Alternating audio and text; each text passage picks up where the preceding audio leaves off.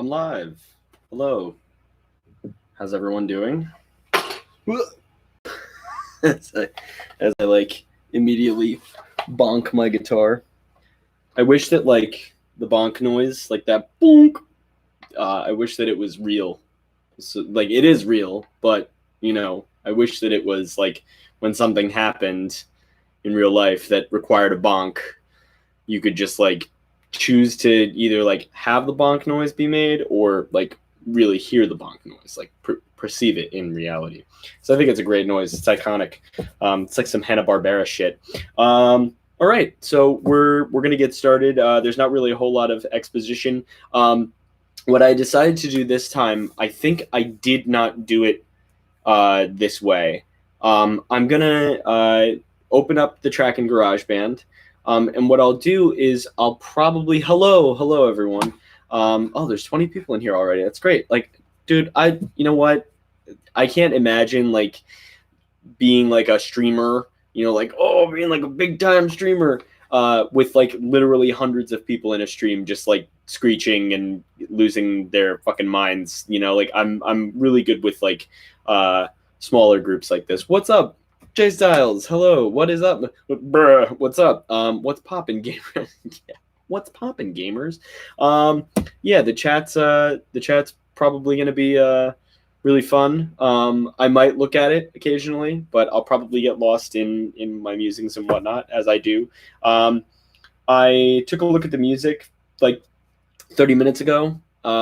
This is music that I haven't played in a long time, but obviously like sometimes it's best to go in and be like prepared, but like be prepared to show that like you're a human being. So I'm not like aiming for perfection here. Like I'm looking at this song for the first time from an academic standpoint for the first time in a while. So I'll try and look at the chat and get an idea for what questions are being asked. I'll open up, like for like official question time when I just like talk about bullshit at the end. But yeah, we'll just get started. So tonight's song is Xeno Arcadia. I can talk briefly about the name of the song, and I can talk briefly about the construction of the song, like the inspiration for the song.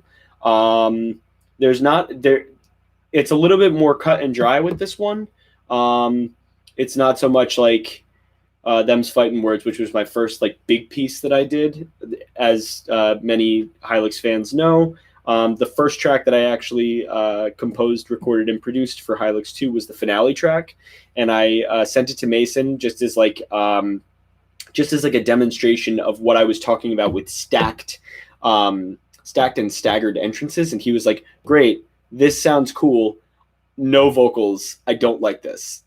But he was really cool about it. Like, but it was like, yeah, we're definitely not using this. And then, of course, we used it. It was like, oh yeah, let's just put this in at the end. This piece of music, at the time, I was teaching two adult students who I don't have to name them, but I only have a few adult students, so if you know who you are, you know who you are. And both of them just happen to be really big fans of Husker Du, which is a rock band that was popular in the 80s and the 90s. And basically, there's this one record that's really iconic called Zen Arcade. And I thought, oh, cool. Like that was just like floating around in my mind. So Zen Arcade. And I taught like many, many songs off of Zen Arcade. So when I was talking with Mason about what kind of a track he wanted for this specific level, he was like, well, the track should reflect an alien world. Even though you're in a game cabinet, it should reflect an alien world. And so then I had the word alien in in my head. And for those of you that also don't know about me, I'm a huge Alien fan. I've got my little Ellen Ripley right here. I don't have like a ton of memorabilia, but like really Ellen Ripley is the only fucking person that matters in that movie. But I really wanted to sort of pay homage to my love for Alien and Aliens and Alien 3 and whatnot. So I had Zen Arcade and Xenomorph for Alien something or Foreign, and I was like, oh, Xeno Arcadia. And it just like came to me, like right off the bat. And I was like, okay, working title, but probably gonna keep it because that's like a very like, oh, just let me Google it and make sure that like nobody has used it so far. And yeah, nobody had used it, and you know that's good when no one has used something yet. You know that means that your search engine optimization is usually pretty good. So anytime somebody searches Xeno Arcadia now, my song comes up, and it's for Mason's game. So yeah. So now on to influences. For influences for this piece. Obviously, I wanted to keep with the space theme, and I think that what's important here is to understand that I wasn't just going for like, you know, the whole Mason, like following Mason's directions. I also wanted to add my own personal influence as well, because it's important to follow the directions of the person that has hired you, the person that is your captain in the collaboration. So Mason says space and alien world. And of course, you know, two of like the most iconic space aliens in video game are in video game lore or in video gamery or whatever are Toe Jam and Earl. So for anybody that has ever listened to this song and thought like, oh, whoa, this has a Toe Jam and Earl vibe, congratulations, like you caught me. This is definitely intentional. I really wanted to focus on, you know, like bringing that influence very, very much to life, like making it very present within this piece for a couple of different reasons. One, you're playing an old school arcade cabinet. So I wanted to like say, oh, okay, so like I want to pay homage to like an old school game. And Toe Jam and Earl was the one thing that I could think of. Now, of course, there are other space alien games that exist, but none were as potent. You know, like I mean, we could say that Galaga and Space Invaders. Like we could say that those pieces of music are definitely iconic alien invasion games. But this is more of like an exploration part of the game. It's avoid getting hit by enemies. It's a little bit of a Metroidvania platformer part of the game, and a lot of people liked it, and a lot of people didn't like it. Like a lot of people really were upset by how difficult this part of the game was. I know that it was a part that I got stuck on. You know, almost immediately. I was like, oh, I got to put this thing away because it's really hard. So I wanted to have that Toe Jam and Earl vibe, and like that's like what that Sega Genesis. Like I scoured through, you know, all the sound effects on my phone within GarageBand to try and get that sound, and I finally found a sub sound of a synthesizer that I really liked. I can actually get the exact name of that synthesizer for anybody that wants to replicate it or try and get close or try and get a vibe in their own piece of music. Like, oh, I was inspired by Xeno Arcadia. So beyond that, there are two more things that I want to mention. One is the actual real musical influence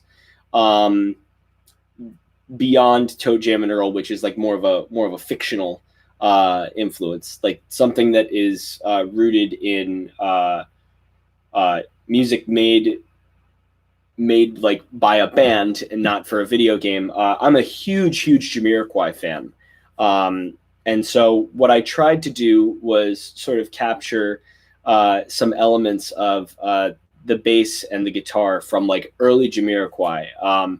I love Return of the Space Cowboy. I love Emergency on Planet Earth. I think those are really great pieces of music collectively. Like they're great albums.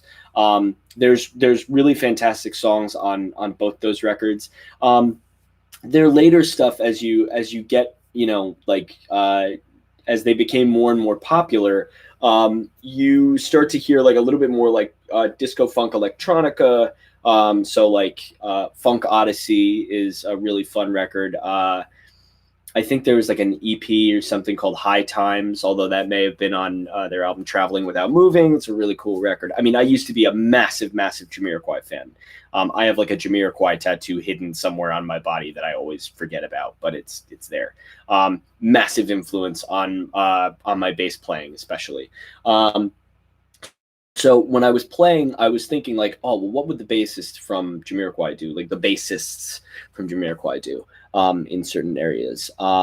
Yeah, I'll get into how I get the sound, in just a second. And then the last thing that I wanted to talk about after like musing on it, I realized that this was like a revisiting. It almost felt like I was going back to something.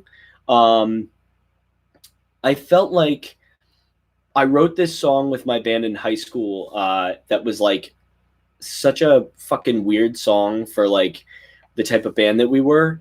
It was like I was really into playing with dynamics, and that's like in the micro and in the macro.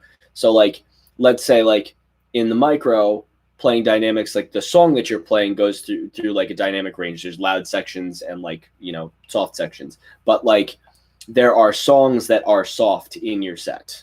Like there are songs that are overall like relatively soft or slower, and this was more of like a jazz tune. It was like there was no solo, there was no distortion on the guitars. Everything was all clean, and we had like some phaser, like some chorus. It was like really early, like me experimenting with like just some jazz funk elements. And that song was called Moonlit Highway, and it was a really interesting tune at the time for me to have sort of like worked on with my band.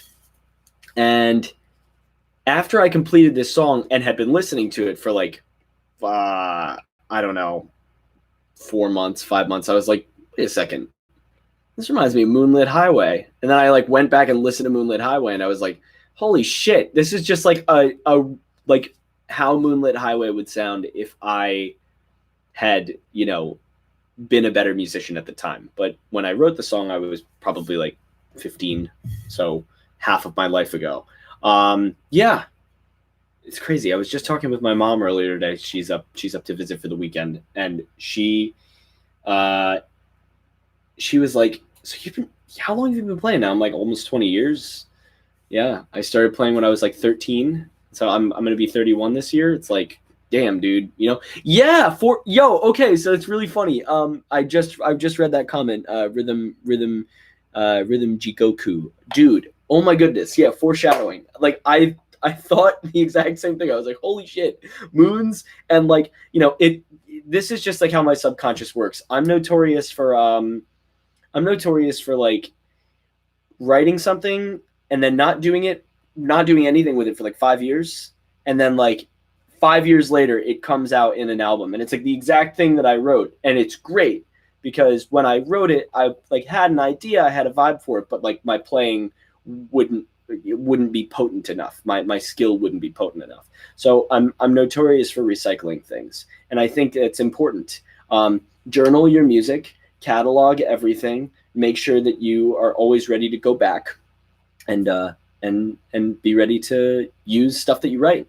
Because a lot of the stuff that you're sitting on is worthy of having a voice. Okay, so. Started playing when I was 9, and I haven't written one song. Oh, that's okay. You've got your whole life to write music. It's great.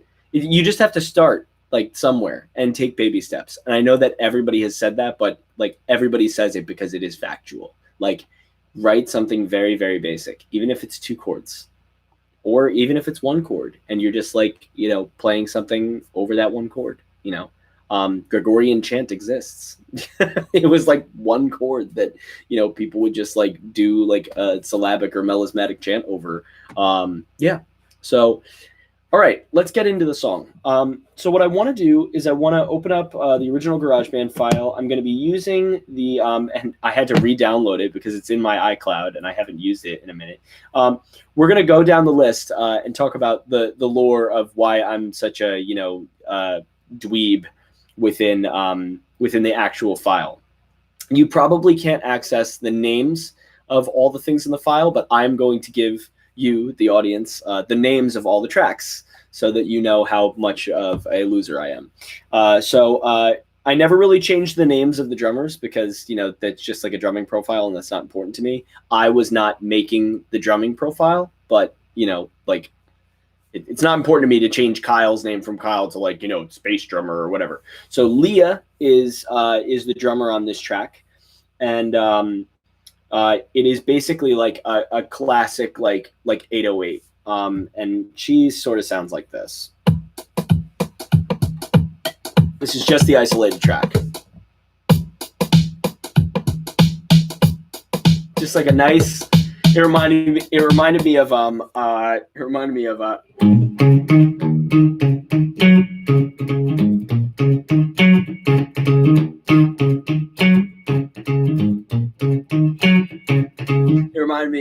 Stevie Wonder, Superstitious or Superstition.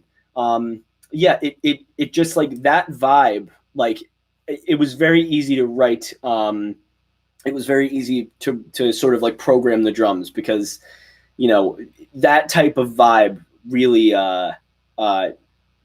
just goes. It really fits nicely with everything.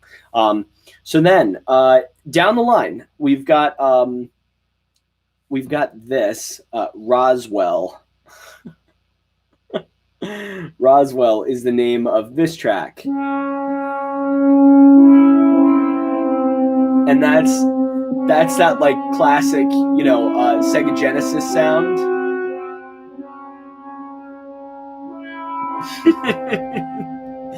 Okay. Then Little Green. Little Green is this guy.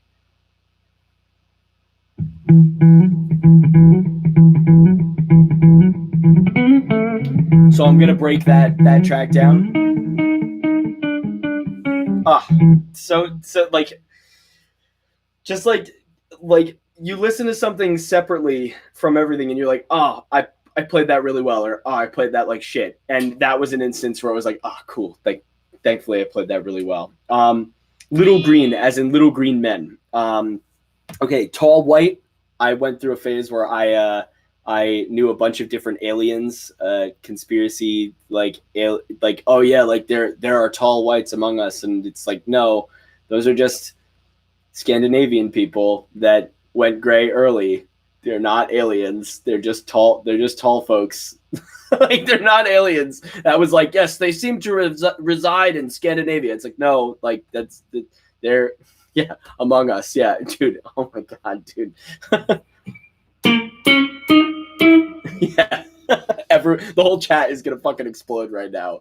Literally, the whole chat, I guarantee you, the whole chat is gonna be like, oh my god, keyboard smash. Everyone's gonna lose their fucking minds. Do you have any advice for creating good drum sequences? Yeah, just like obviously, like, trial and error is really important. Listening to music with good with like good percussion. So I would go back and listen to like 80s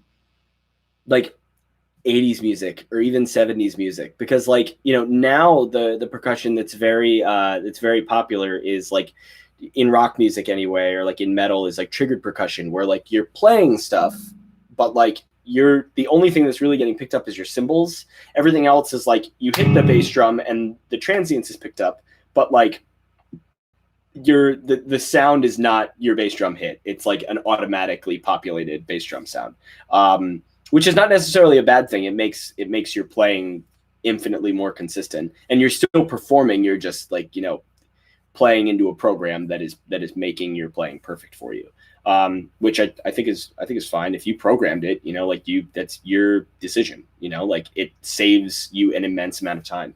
Frank Zappa, 100%. 100%. The percussion in his band, in general, just across the board, is fantastic. So after Little Green, we have Tall White.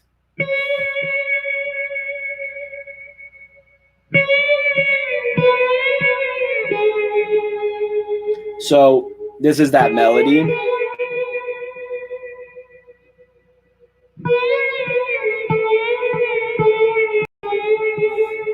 It's so interesting to hear it separately. So cool.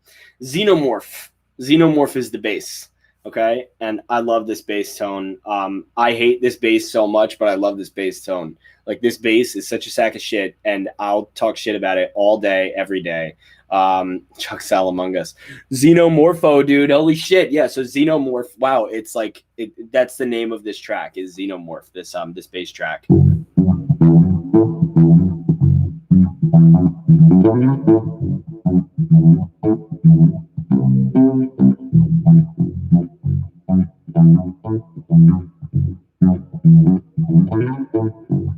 Yeah.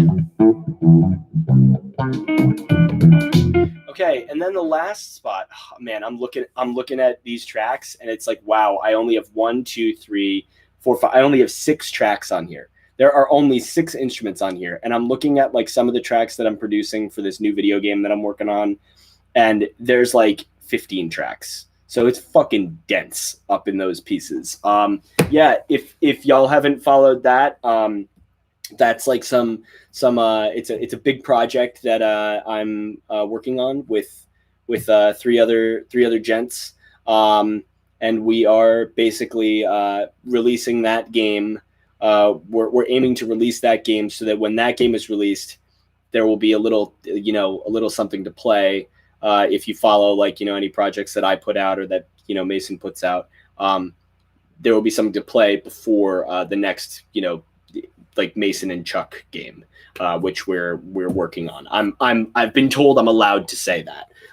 I don't know what the game is, but it's a game that we're working on. Yeah, Slop Gang. Yeah, hell yeah. Yeah, Slop Town is yeah. Slop Town. Yeah, if you don't know about Slop Town, get an invite, because it's a very fucking cool place to be.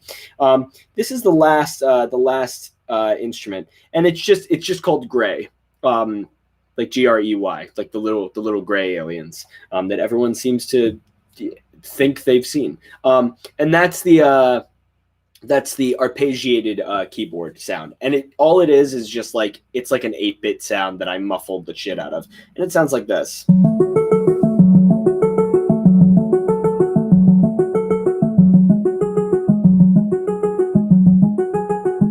So all this is just a sequencer. I played some chords with my 4 fingers. Yeah.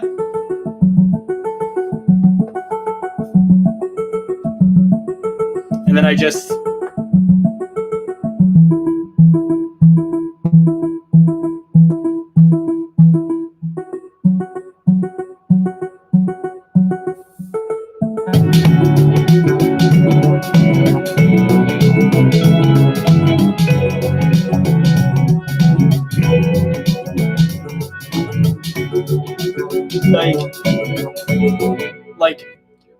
like fucking march my dead body like down an aisle at my funeral to this shit. Like, it's like, yeah, like, so one thing that I like to do, and this is not me being like, oh yeah, what I wrote is good. Like, you need to like remove yourself from your work. Like, I wrote this, it's done. I'm not rewriting it. It's out there. It's out in the wild. It's done. It's been composed. The Chuck that composed this and recorded it is way different than me right now, because I've experienced so much and met so many incredible people and worked on so many different projects. Sometimes you just have to remove yourself from the things that you've completed, from the projects that you've done. And so when I listen to this, I'm trying to listen to it from like the standpoint or the perspective of a person who did not write it, because I'm so far away from that point. This is pre-pandemic. This is like in January right, but like I knew that the pandemic was a thing. I had been talking about it with my student. He was like, yeah, they're saying that it's going to be really bad. I'm anticipating like not going back to high school. Like I follow the CDC pretty religiously. And I'm like, bullshit, man. Come on, don't fall into that. And he was like, I mean, do your own research, but I'm telling you, like, it's going to hit mainstream news sources soon, and it's going to be bad. And I was working on Hylics 2 at the time. Like, that's what was happening. So let's get into the guitar part. Well, I'm holding the guitar. Let's do it. It usually takes me 20, 25 minutes to hype everything up before and explain things and sort of get people in the mindset ready to learn. So if you have guitar, or if you have a bass, or if you're just looking to watch, this is going to be the part 20, 25, 30. All right. So first things first, I am using a guitar with humbucking pickups. It doesn't really matter if you have a guitar that is single coil or whatever, but this is the guitar that I used for Hylics 2. I've actually been composing a lot with my Fender Stratocaster because this guitar, the volume knob, shit the bed halfway through this last project, the codename Sloptown project. So I needed to order a part from California, have it get sent, and then I had to have somebody install it because I am not an electrician and I'm not looking to ruin my guitar. I can set guitars up just fine. It's like, you know, there's like a little electrical like motherboard in this thing because it's a Music Man and they make everything so fucking they make everything so complicated. Will you do a masterclass of Gibby's final boss theme? Yeah, I'm gonna be doing all of my tracks, all of them.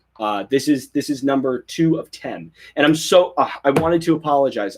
There's been a lot of stuff going on with this other project on the side. I also composed music for a short film that took up a lot of my time, and I've just been genuinely and generally I've been networking with other, you know, like young artists and people that are looking to like, you know, get my opinion and my critique on things, which is like super flattering. And then like, you know, I've just been like writing and developing and doing that shit while also like, you know, being a dad and you know, juggling like 25 students every week. Like I've been doing a lot. So I did that first one, and then 3 months just like flew by. So hopefully, you know, actually we do the next one, which will be That's a Big Stick. I'll probably let this one sit on the internet for like 2 weeks, and then I'll do That's a Big Stick.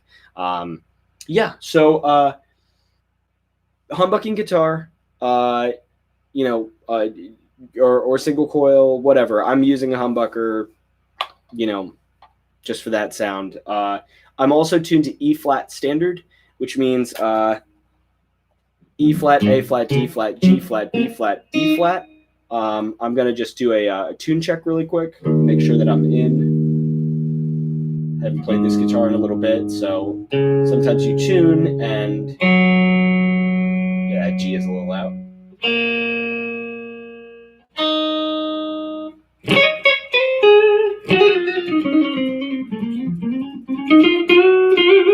Okay.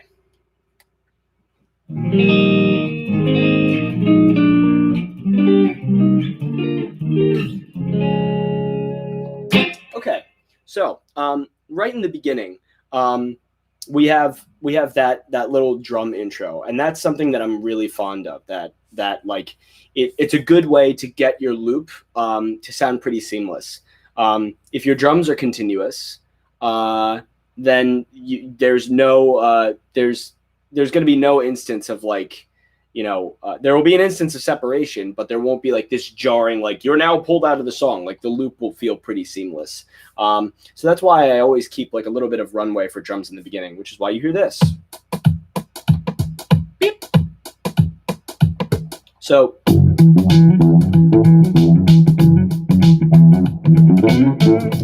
going to do this guitar part first. Okay, so that right there. Kind of in a weird position on guitar. So we have that.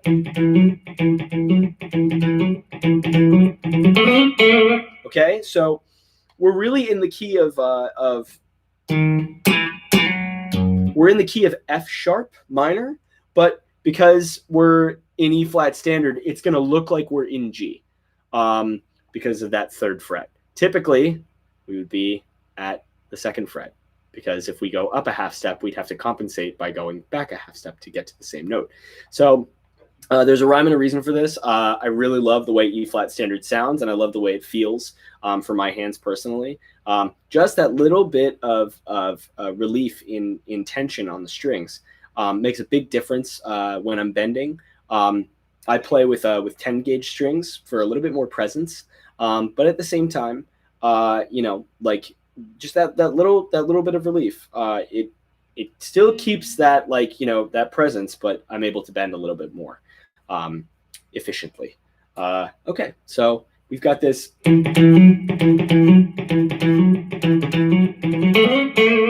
Okay, so this it's like the very famous and very awesome Rick Beato. He's like a famous YouTube guitar player. He always like just plays this sick nasty shit and he goes like that, and it's like what, like how, show me what you did. So I'm gonna break it down really simply.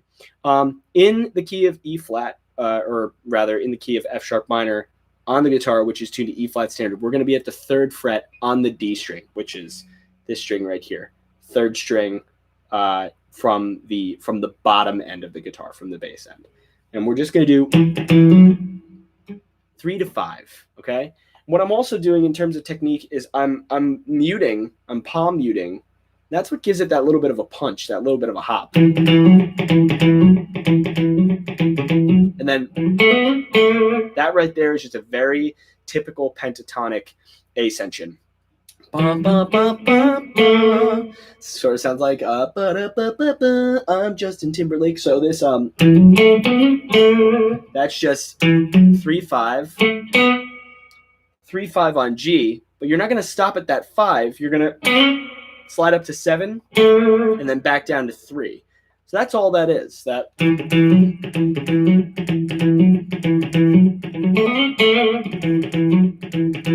then we get into this weird tritone section.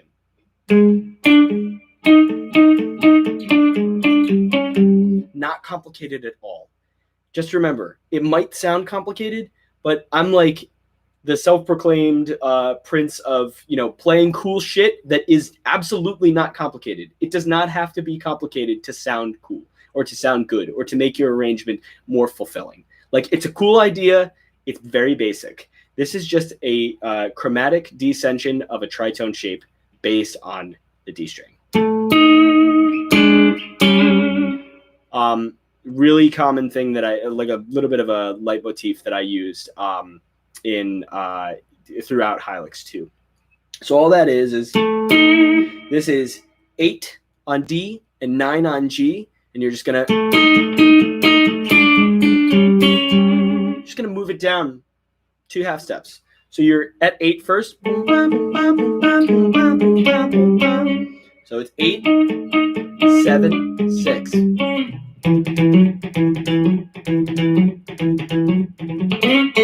Oh, the fingering, sure. So I'm using my index and my ring quite a lot throughout this whole thing for that pentatonic section.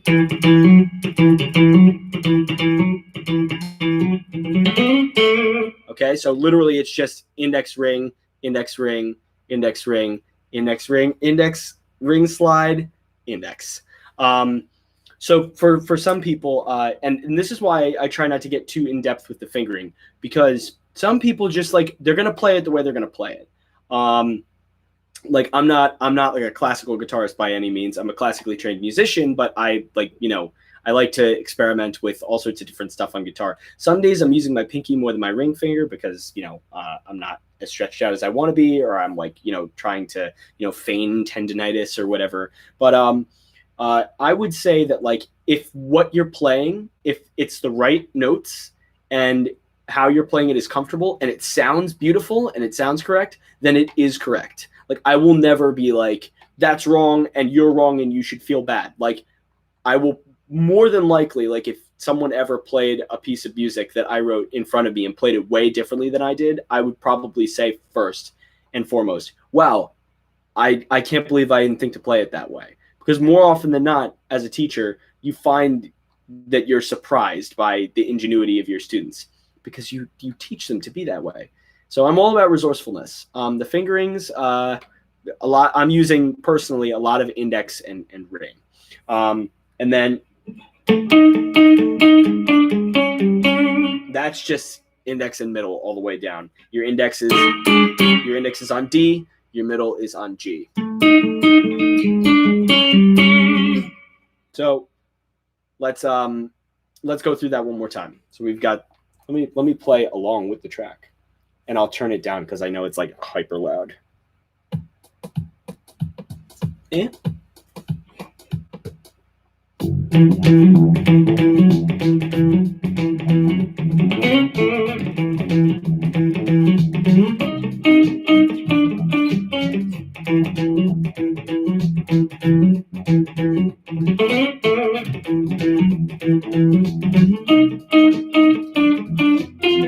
Okay, so there's a variation there. The only thing that changes is instead of doing a true chromatic like descension in that little tritone shape, you're going to move up to 10 on D. So it's going to be 8, 7 to 10. Bonk through the roof. Yeah, dude, I'm trying to tear, and then we have to tear the roof off the mother sucker. Tear the roof off the sucker, you know?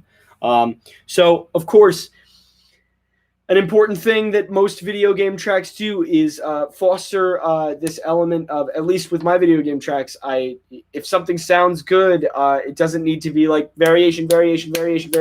Like, you can just copy and paste the track, especially if it sounds good. So, again, all I did is just copy and paste.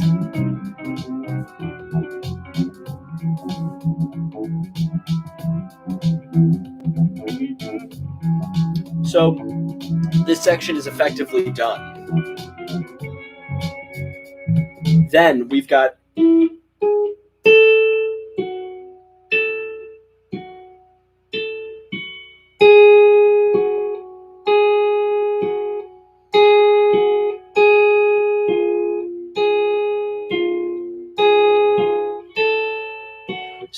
so basic. Like, it's almost like a 1/4, a very super, like, you know, like condensed, contained 1/4/5. That right there. So do.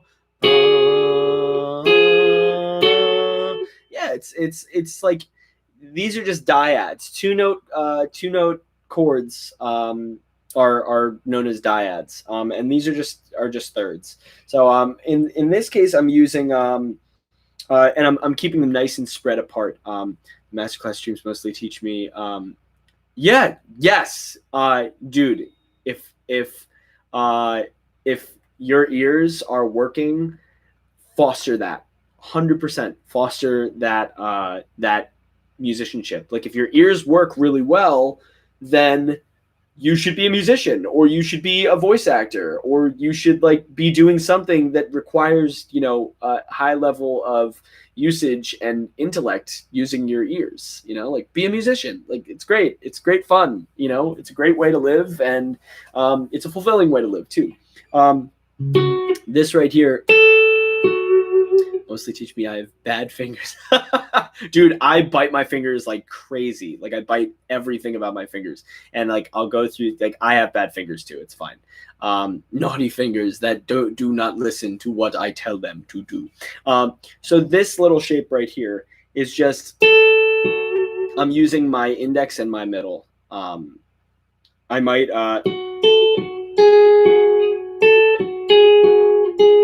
actually, let's use 3 fingers there, just for the sake of keeping it nice and fresh. So this first shape is going to be at 12 on G and 11 on B, which is literally a G and a B flat, and that's just like the first half of a G minor triad. Even though we know it's like a half step, you know, down, like, you know, the get off of me, get off of my get off of me, you know, like, it's. I always say that it's G, even though it's G flat. Like, it's E flat standard. It's very common for musicians to, you know, just be like, yeah, it's G, even though we know it's G flat. It's the 12th fret on the G string. It's G, even though it's G flat. Oh, I could get into a feedback loop all day for that. So this is the 12th fret on G, and the 11th fret on B.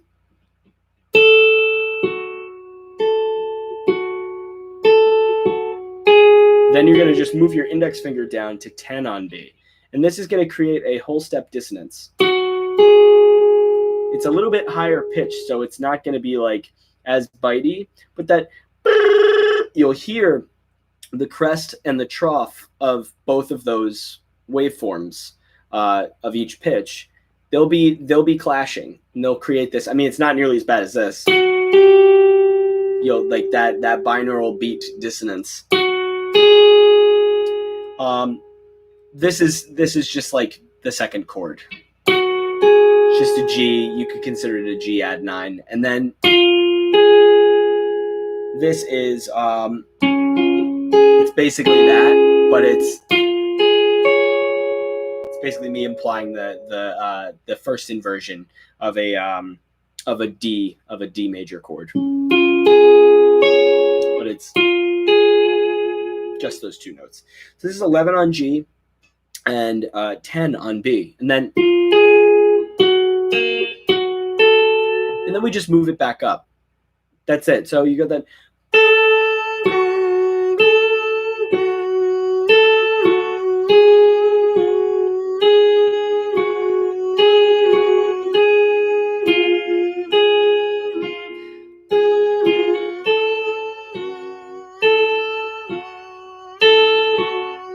And you can use your fingers there too. I'm using my thumb and my index. Now this is a separate track.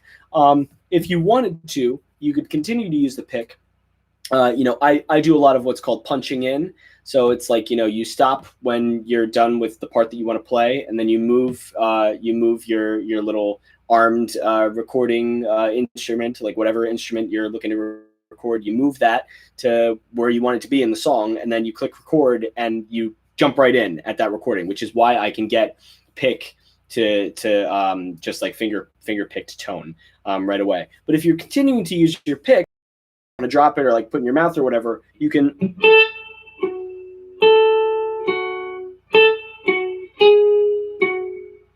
do some light muting or just light picking.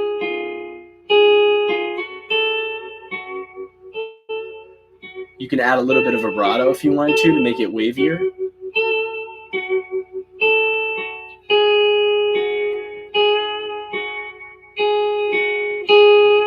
Yes, definitely voice leading is so important. 18-year-old me would have been like, man, fuck voice leading and your nerdy music shit. And then like 21-year-old me was like punching 18-year-old me in the face for not understanding the value of like, if you properly voice lead things, the music will sound like it flows better because you're not like, jumping all over the place. Although there is something to be said for that. It's perfectly fine. It's perfectly fine to fuck around with like poor voice leading, especially if that's your intent. Again, if it sounds beautiful and that was your intent, or it sounds wonky and that was your intent, it's all about artistic intent at the end of the day. And if everyone's more honest with each other about it like that, then there you go. It's like it was my intent to do it that way. Oh, okay, cool. Yeah, it's no problem. Voice leading is Alan Morris, dude. Wait, you're really awesome at guitar. No, I'm not gonna answer that shit. I'm not gonna answer that shit, Alan. Alan has covered my music. I'm pretty sure Alan has covered my music. Yeah, he's laughing, dude. Alan has covered. Okay, so after this, go to Alan's channel, show him some love. He has covered. He's planning on covering more stuff. I don't want to like light a fire under his ass, but that's his words, not mine.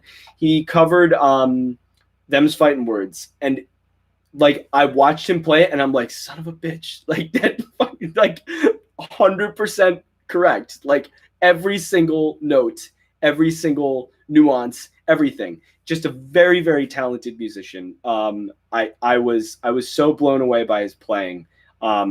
Dude deserves some love. Go and check out his channel. He's a really, really good player. Alan Morris, he's in the chat. He can wave. looking kind of sus in that chat, asking me what voice leading is. Motherfucker, you know what voice leading is. Yeah. Oh, it's a great cover. There are other great covers too, but if I'm being honest, that one is very, very highbrow. It's very good. Okay, so we have that. This is just going through one of the guitar tracks. Hello, my phone has kicked me out. Then we go here.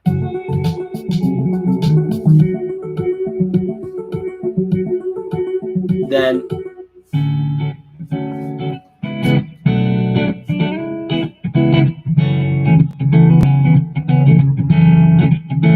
I could have mixed this so much better. That guitar is muffled as shit. But some people really like that sound. It's that lo-fi. So this right here. So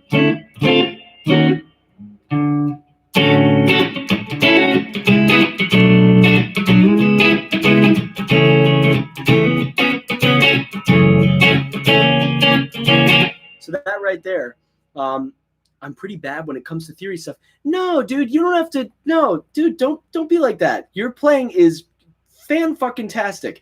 Don't get like held up in the theory stuff. The theory is good. It's understanding the language, but it doesn't mean that you can't speak with eloquence. You can speak with eloquence and not know a goddamn thing about how the English language works at all, or about how any language works at all.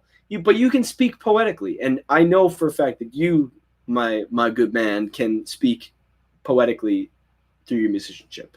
So don't get so held up on the theory shit. It's good, but it's not necessary. Like, you don't need that as that's not like your ticket to ride. It's like, can you like play well? Can you say things creatively? Like, no one's gonna chastise you if you don't know what's going on with music theory. And if they do chastise you, then fuck those people. You should never ever associate with them. So this first chord, this is where things get a little fucky wucky.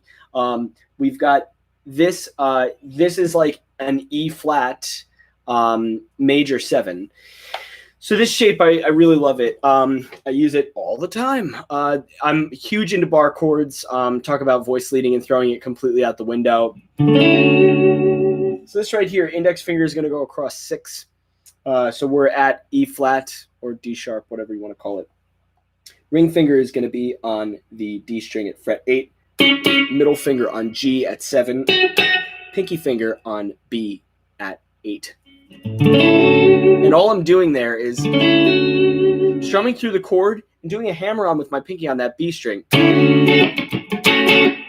And then moving down a half step and playing what's considered to be a D minor 7 chord. Okay, so we have an E flat major 7.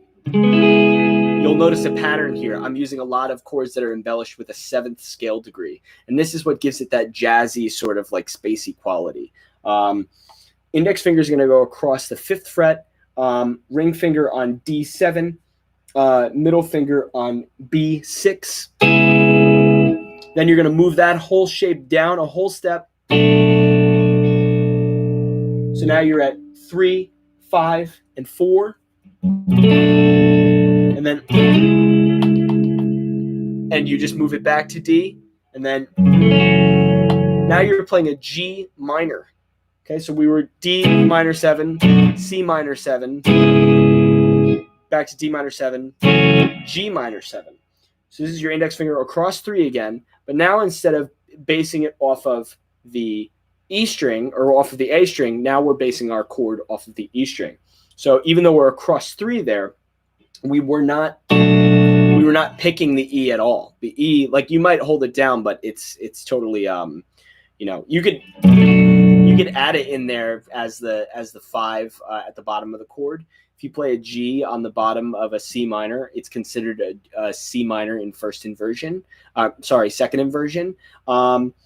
But I often don't even add it anymore. I used to back when I was not working so much on right hand nuanced playing or whatever. But that right there is 3, 5, 3, 3, 3, 3. Okay. Then again with the pinky hammer on. This time instead of the pinky hammering on B, it's going to hammer on G. And then you're going to lift it up, and then what we're doing there is playing a G minor to a G dominant 7. All we did is add that third scale degree. We left that flat 7 in there. The flat 7 exists natively within this shape. Okay, it's just 2 fingers. And then we literally added our middle finger onto the G string and made it more of a major sounding chord. It's a dominant 7 chord, but those are inherently major chords. And what that is, when you play a minor chord and then lift it to the major, we're playing what's called the parallel of the chord. So anytime you're playing a chord, if it's minor and you move to major, you're playing the parallel. If it's major and you're moving to minor, you're playing the parallel. This is not the same thing as the relative. Parallels are completely different. You hear it a lot. It's a super popular thing to do in like J-rock. Like it's parallel minor city up in that music. And I fucking love J-rock so much. This is mostly jazz influenced shit. So here's that whole lick, that whole chord progression.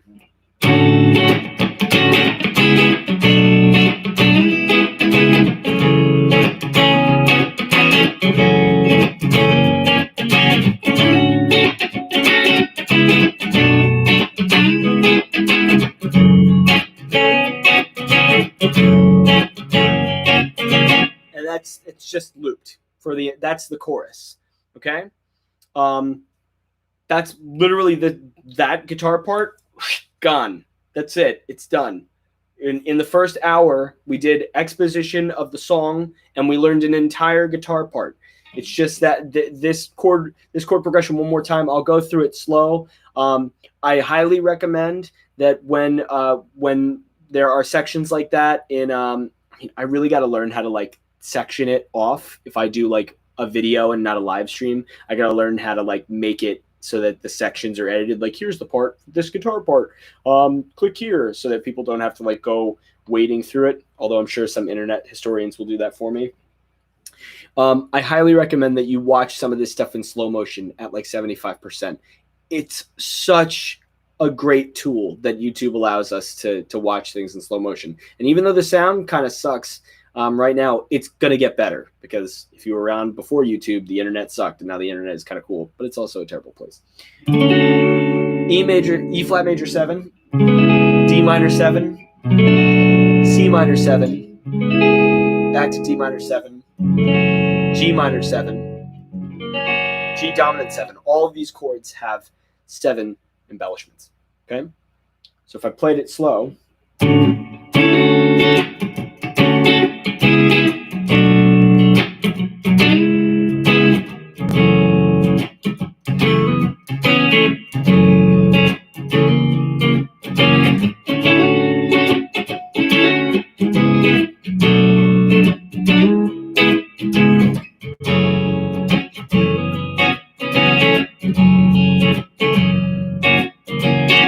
really relaxed piece of music. That's it. That's the chords for the piece. Then we get into this shit. I'm not going to go over like the keyboard stuff because that's not really necessary. I can sort of like I could show you how to play it, but like what I do is I'll play the rhythm. Sometimes I'll just play the rhythm that I want on a single note so that I get the rhythm perfect, and then I just move the notes around. Because I'm not like, I can play keyboard, but it's like I can hear a lot faster than I would play keyboard. So I just do a lot of like pointing and clicking to fix things the way that I want it. Okay, so Tall White. We're going to go into this section. I just like ruined the track permanently. Here we go. Here's Tall White. Okay, here's that magical part.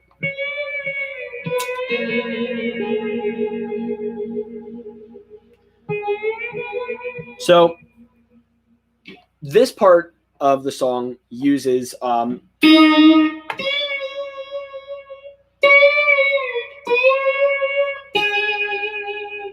slide, and also uses a tried and true pedal.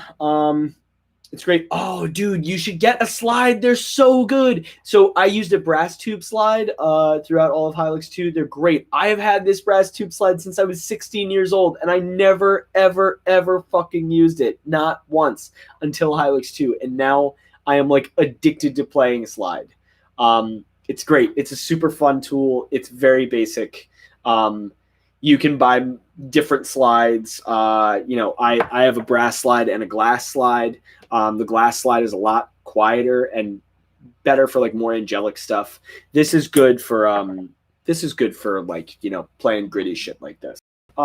So I've got my MXR Phase 90 pedal. If you don't know what a Phase 90 pedal is, you should get one. They're really great.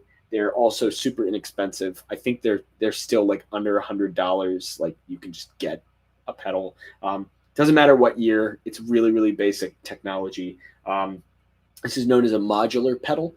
The Phase 90 just like, it gives you like this vibrato effect. A lot of like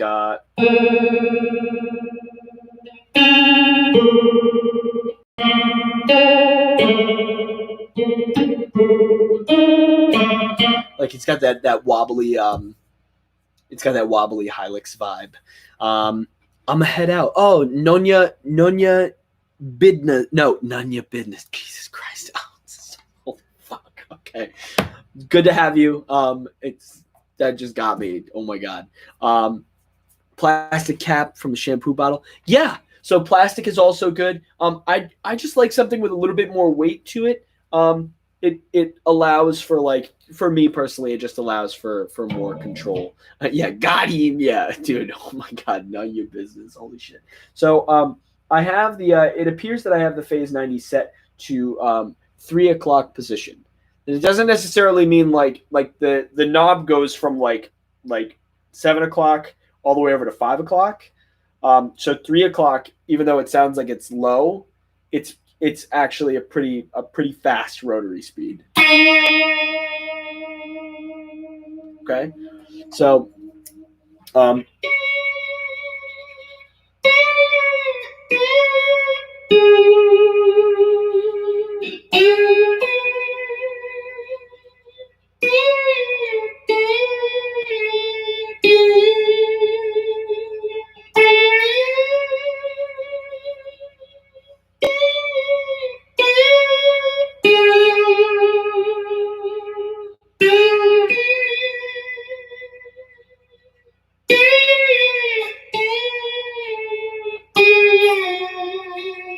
okay, that's literally the melody. I just played through it. One-shotted.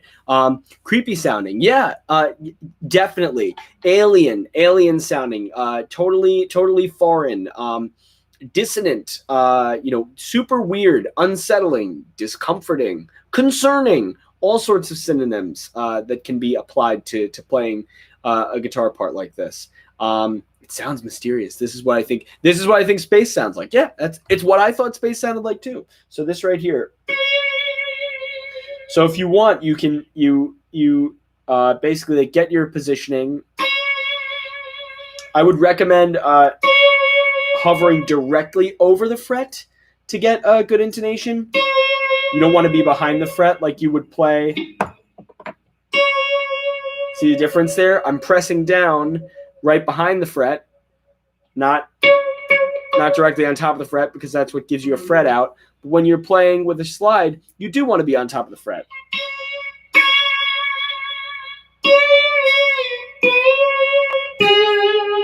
Okay, so we are going to just go through this part really quick. This is the melody for the verse and the chorus. 10 on E.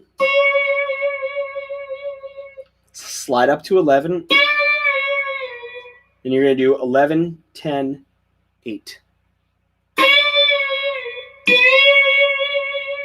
Back up to 10, and stay on 10, and pick B.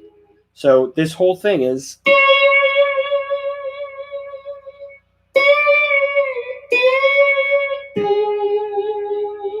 Then... So that right there, that's just like a little nuance. Making it a little bit wavier. Draw a dog. Oh my God. Y'all are not ready for my quote in Draw a Dog in some stuff that's coming up. Y'all are not going to be ready for it. It's so good. Draw a dog just appear. Draw a dog appears out of nowhere. So that right there is 9 to 10 on B. Pardon that. And this is 8 on E. Okay, so we're hovering around like 8, 9, and 10. And then now we slide down to 6.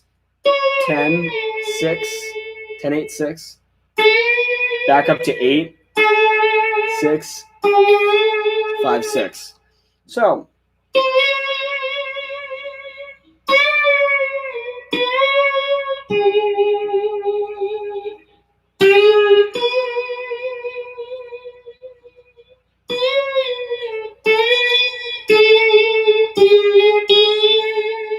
then we're just going to repeat it, but instead of going, we're going to go 5 to 3. That's the second ending. So we've got, let me play along with the track. That might be cool. That might be cool to do with that bass part. I love when like I ruin something permanently and it's like, no, you didn't ruin it permanently. You just moved something and then pressed undo.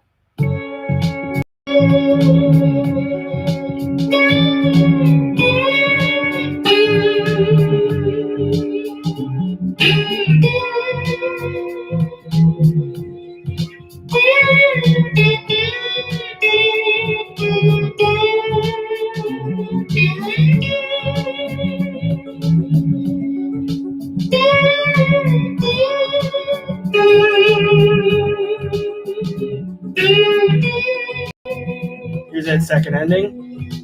8, 10, 8, 6 to 8. 6, 5, 3. Then we've got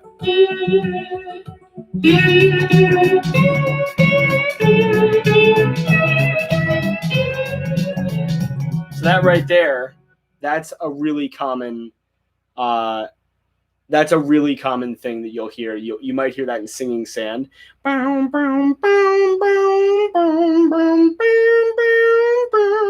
Yeah, that's referencing this track. Because of like, oh, we're in space, we're in a weird. I'm vibing so hard right now. I'm vibing so hard too. I'm also gonna head out because this was extremely fun to listen. But this was extremely fun to listen to. Tired banana. Go get some rest and be a wakeful banana. We'll see you in the next one. So this right here is.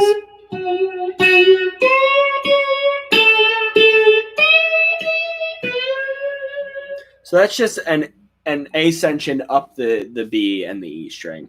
Chuck leitmotif. Yeah, for real, leitmotifs. I might change my name to leitmotif. Leitmotif Salomon. So this right here is that's 8 on B. Slide up to 10 on E, and then 11 on B, 13 on E, 15 on B. And get as wild with it as you can. So here's those notes in order again. 8 on B, 10 on E, 11 on B, 13 on E, 15 on B. Okay? And again, get as slidey with it as you can, because that's what I did.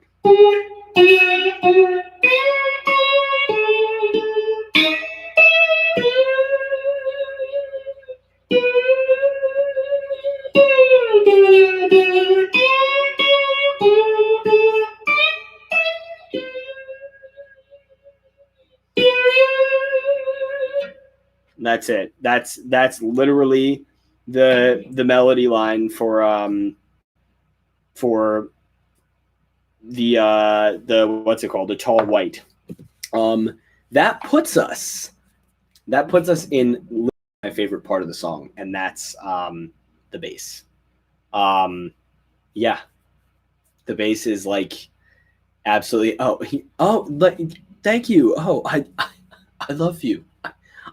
I love each and every one of you. for coming and checking out my nonsense at 9:35 on a Friday night. Like everybody could be like doing, everybody could be doing like other shit, and they decided to come and hang with me, which it makes me feel special.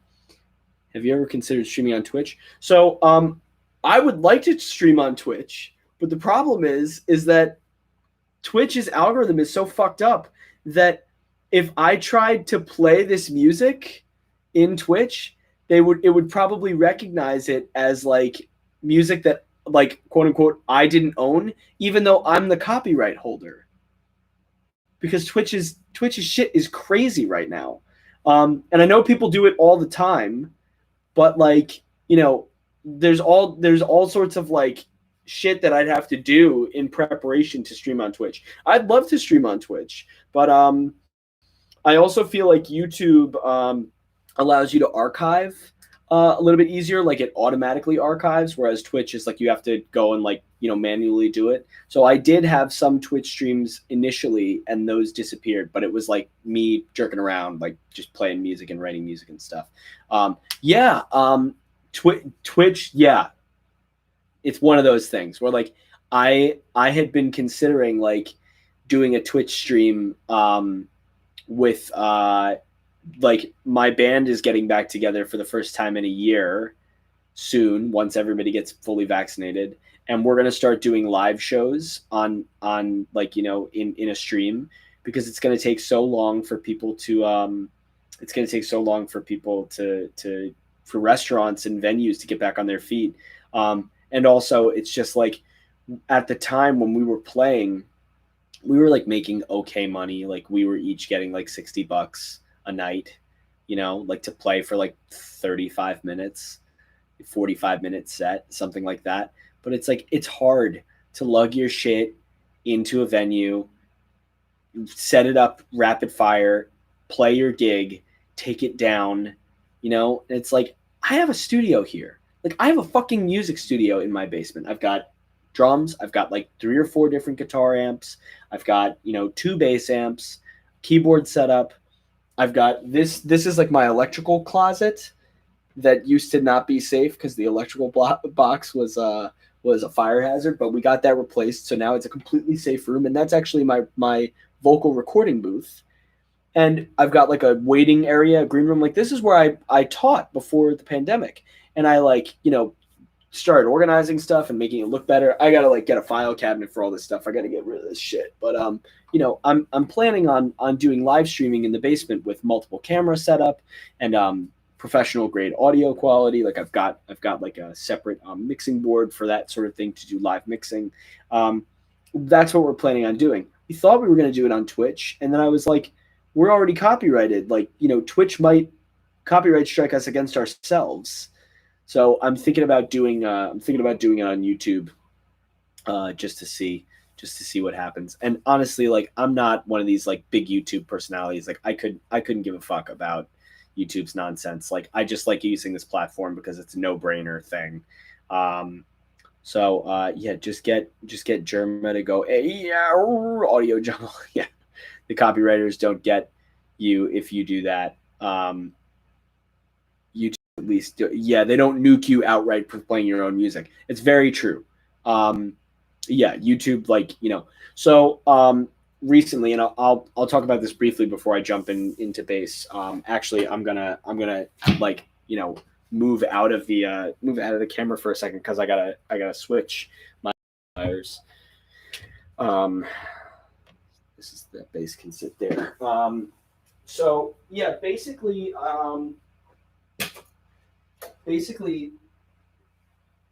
what was the thing that I was going to say? I've recently found out that people will. And I'm not going to use names because that is stupid. It's childish, and I don't care enough. But it should be known that there have been numerous instances where people have actually stolen like my music specifically. Now, if it's for a meme and it's like a Hylics meme and it talks about Hylics in the meme, that's good. That's a good thing. That's like osmosis, you know. That's like the diffusion of the music into meme format. That's good for your brand. But when someone takes your song and like puts it in a game, puts it in the background of like one of their videos, like recently I found out that like one of my tracks was put into the background of like a video that has 2.5 million views by like a big YouTuber, and I was just like, fuck. You know, like I really wish that like they would just like license it, you know, like I really wish that they would contact me. They don't even have to license it. I don't need money. Like that's not what I'm interested in. I want people to be like, that's a Chuck Salomon piece, or that's a Mason Lindroth video game piece, you know, because that's my job, is to make my shit recognizable, not make my shit and have it be stolen from me. So, you know, you don't realize how bad piracy is until it happens to you. So why I bring that up. On YouTube, if any of you had been skulking around beforehand, I had like a bunch of covers and stuff posted, and I just took them all down because I was like, well, I can't be a hypocrite. You know, like I can't say like, hey, you know, don't steal my music and then play like a fucking cover of like a Pink Floyd tune and have that cover be up. Like I just nuked everything, because it's like, well, if this is happening to me now and it's upsetting me, then I have been perpetrating that exact thing and I need to stop. So that's why my YouTube channel is looking a little barren right now. I only took down like 5 videos, but still it was enough, you know, for it to sound, yeah, funky background music, TM. Yeah, for real. It was like used on like a, you know, Super Smash Brothers video where people were discussing like all different weird shit that you can do in Super Smash Brothers Melee or something like that. And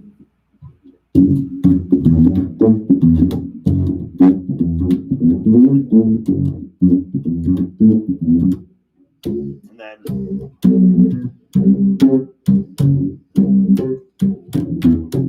okay, so the poopy white bass. Yeah, dude, this bass, total piece of shit. Love it. It's great. This is a 1980 PV Fury. If you can get your hands on a PV Fury bass, do it. They're so shitty, and I love them so much, but they're so bad. So again, I'm playing the Phase 90, MXR Phase 90 at 3. Might turn it down just a little bit. You know, why not? So again, we're in kind of like a weird key because we're in the key of F sharp, but we're really playing it at G. So this right here is. So I'm using double finger, 2-finger plucking, you know, style. Like if you like slapping, you can definitely slap too. I like to play with my this specific bass. This was used on Hylics 2. The next project that I worked on, I'm using my Fender Jazz 5 Deluxe. So it's like a way different sound, and it's like I have that 5th string, that low B string. This is it's not nearly as funky sounding on the new game, but I wanted this to sound funky. Almost every single track on Hylics 2, if you listen closely, almost every single bass track has Phase 90 attached to it. It's usually at the lowest rotary setting. And again, I started saying something before, but I cut myself off because I'm a piece of shit. The tone knob is always turned all the way down. So this is all the way up, and your tone knob is. That's like really bitey, and you can hear a lot of string movement. You can hear a little less string movement there. It's a little bit more lo-fi there. So again, bass into the Phase 90, set to just before 3 o'clock. That's what's going to give you the vibe. I hate playing guitars, but I love bass so much. Yeah. Play bass. Bass is great. I stopped playing guitar for 6 months in college and only played bass to get better at bass, because I was like, man, fuck guitar right now. I don't need to play guitar. I need to play bass. And like I only played bass, yeah, for a little bit. How do you feel when Vinny described the beginning of Xeno Arcadia as Seinfeld and old cheesy porno? I'm honored. I'm honored. Vinny is. I hope that situation gets resolved, properly, in whatever direction. It's something that needs to be addressed, and the truth, whatever side, because right now it's a he said she said situation. The whatever the truth may be, I hope that Vinny is able to stream again one day, because if I'm being honest, that guy has done a lot of really great things, for kids that are sick, and like that's very important. So whatever's going on, like I don't want to get into it, but it's like, it's unfortunate, but I hope that he can get back to entertaining folks and raising money for kids with like cancer and kids that are dying and shit. It's like that's a very, very important thing. Like understanding the truth of the matter and how severe the allegations are is also very important. Let's not get that twisted. Very, very important. So if it's true, then that needs to be dealt with. But if it's not true, let's hope that he's not so upset that he doesn't go back to streaming, because he's been doing it for a long time, and this isn't the first time that this has happened, where something like this has been said about him and he's been slandered. It's super unfortunate. But Vinny, I was looking forward to sort of like trying to schedule a meetup with him after the pandemic. I had sent an email over. I don't think I got anything like in return, but I was like, hey, listen, like I've got a studio at my house, and I'm sure you have like studio set up in your house because you're, video game sound guy, pizza pasta guy. If you'd want to do something musical, if you'd want to do a collaboration, like we would just get together for a day and lay down a track and make something together and put it out, I'd be more than happy to drive out and do it, because he's not that far away from me. And I mean, maybe it'll happen, maybe it won't. Yeah, Seinfeld and cheesy porno, so good. That's like fucking poetry, man. Come on, like everyone knows that the guys that write that cheesy adult film stuff, they're all fucking badass musicians anyway. I don't know if I'd ever do that as a gig, but I mean, if somebody is saying like, oh yeah, dude, it sounds like that, it's like, all right, I'll take it. What the fuck did I just walk into?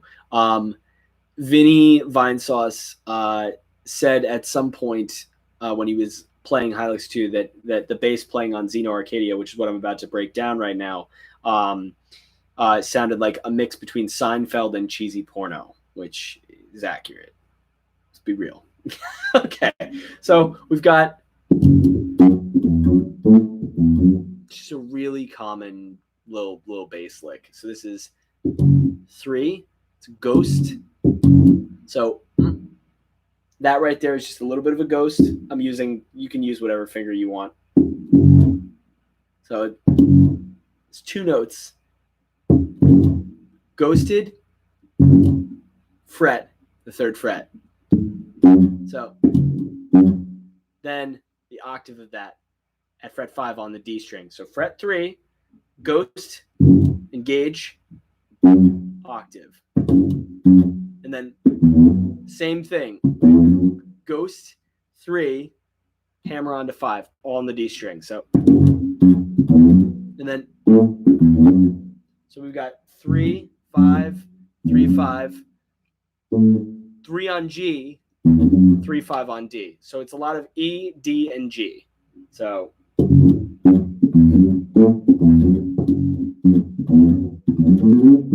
So again, doubling the guitar part. This is known as playing in unison. Okay, that's just 3, 5, 3, 5. Slide up to 7, 3. So.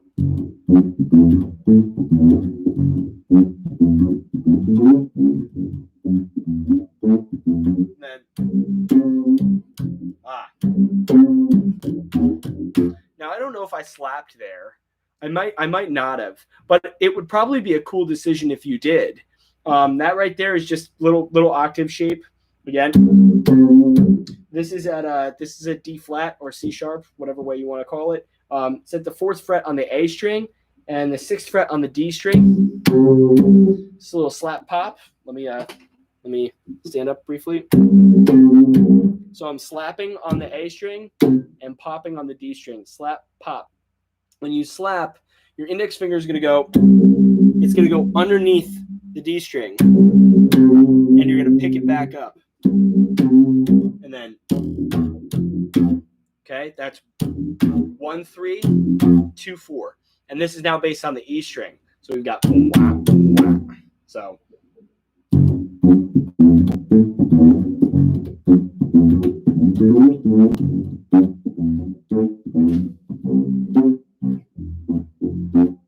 Okay, yeah, you don't have to slap that. You can. It sounds a little bit more killer with that, with just plucking. I'm gonna move this down a little bit so you guys can see this a little bit better. And then, so that little rise right there goes right back into the main line. That's just a chromatic ascension. We're at 3. So 1, 2, 3.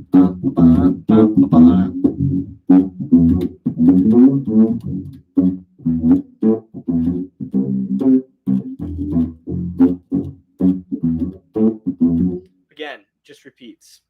Okay, so that boom,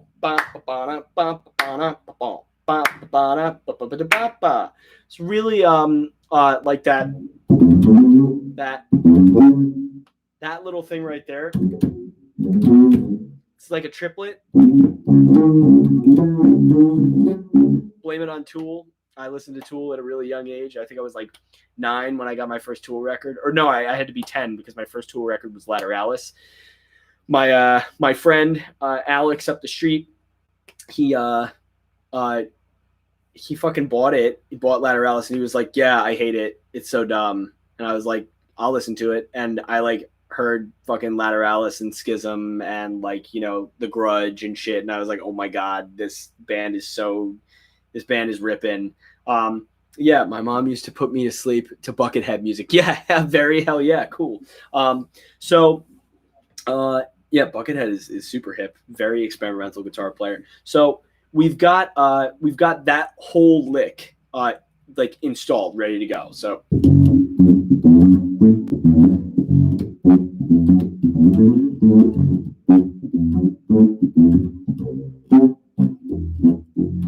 that right there, that that is like very Jamiroquai. Like I can't think of anything else that I could have done that was more Jamiroquai. There's another section I made a decision that was like, oh dude, Stuart Zender was like in my hands briefly. All right, so then we get into the verse.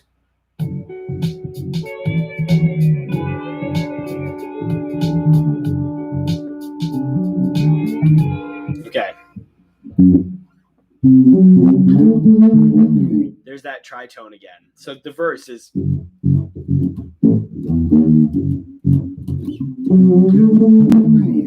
Okay, so you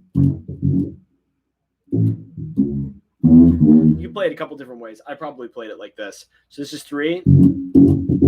Again with the ghost notes. Ba, ba, ba, ba. And then that right there is 3 on E, 1 on A, 3 on E, 3, 2 on D. So all. And then that right there, tritone. This is 11 on D, 12 on G. I'm just using my index and my middle. And moving up a minor third, which is diminished in nature, and a tritone is diminished. So this really just sounds like I'm playing a diminished triad blown up. And then you got to get that slide in there. So this is real precision playing at this point. Let me see if I can do it.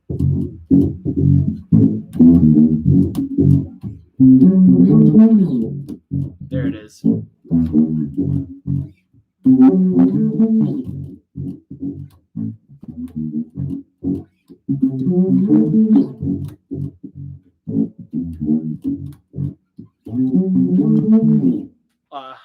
to vinyl when? Soon. Soon, actually. Yeah, we're planning on getting that shit pressed and getting it out for I want to say like summer. That might be a good time for us to get it out. If there's any like backlogging or anything, like there's no way we can get it printed, or vinyl is like really fucking expensive to print or whatever, we'll probably like shoot for tape, because tape is not that bad right now. Tape is pretty inexpensive to get produced. I know that like we might run into an issue with like vinyl being very expensive to press because of how much shit costs right now from people reeling still from COVID. Yeah, I think it would be wise of me to say, or it would be correct of me to say, like summer, and at the very latest, like it'll be something that you can open up for the holidays. I think that's a fair assessment. We spoke with fans. We just leaked a bunch of surveys, and a lot of people had spoken and said they really want vinyl. And then a lot of people came out and said they really want tape because they want their lo-fi shit. And I was like, cool, great. I'll put it on tape. It's great. I never thought that I'd be on cassette before. Mason never thought he'd be on cassette before either. But Mason has a really funny story about doing art for people that bands, like doing cassette art. He's like, like he's got really good stories. I want to do a live with Mason at some point again soon too. He's a good guy, and he's really fun to talk to live. But we're working right now, so partner's birthday is July. Please let me throw money at you guys. Yeah, please throw money at us. So one of the reasons everyone's like, oh, whatever, like they're doing merch as a cash grab. Like, no, dude. You got to give the fans what they want, number one. Number two, all of the proceeds that we receive goes towards funding the next thing. Like that's how art works. It's like you're a patron of somebody and you give them money, and then they give you something of quality. Now lately we have like the whole Patreon thing with like, yeah, support me on my Patreon and I'll put out a cool video. And it's like, no, dude, like people want something fucking tangible. So we're trying to figure out what we want to do with, like, if we want to do pre-orders, get the money up front from fans, and then literally be like, oh, you pre-ordered? Great. Here's your copy of whatever. Like, it's good to go. That way we can get the money and basically pay for the product. Or like we'll come up with something else. We'll come up with something that'll get people stoked to pay and receive this great shit. A quality musical experience. Yeah, we thought about doing a Kickstarter. We thought about doing like an Indiegogo. But it's like Mason's big enough now where he can just like make an announcement or something, and people will just buy it. But we'll see. We'll see what happens. So totally stoked. So fucking stoked. I'm fine with pre-ordering. I have trouble remembering release dates. And yeah, okay. So if a lot of people want to do pre-order stuff, then we can do that for sure. So we got that first line, right? Here comes the Jamiroquai line. This is like the best shit. So.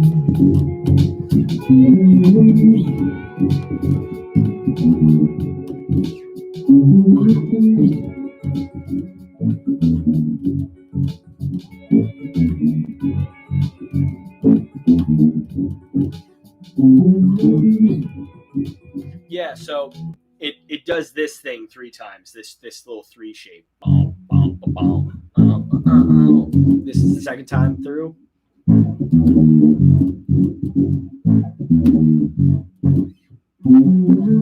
Yeah, very digital vibrations. Hell fucking yeah, dude. Yeah. Dude, you're gonna love this next section then, Chrissy Bot 0.1. You're gonna lose your mind. This is so again.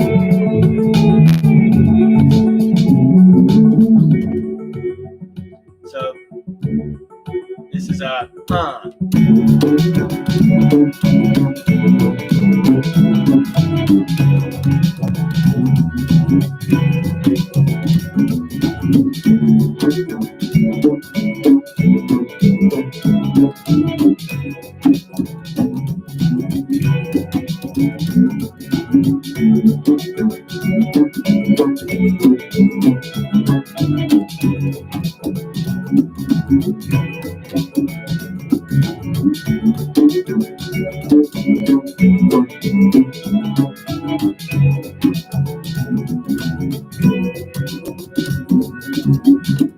Yeah, so that right there is really simple. It's all octaves. Less is more. Less is more, for real. So I don't even think I slapped it, but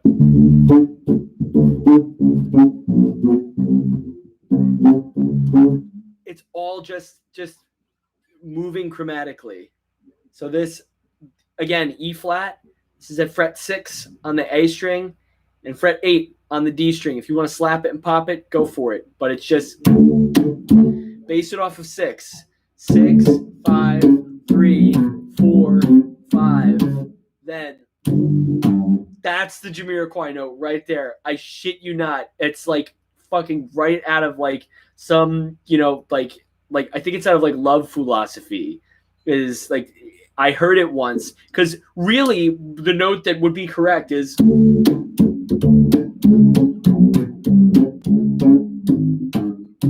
it would be A to G, but this just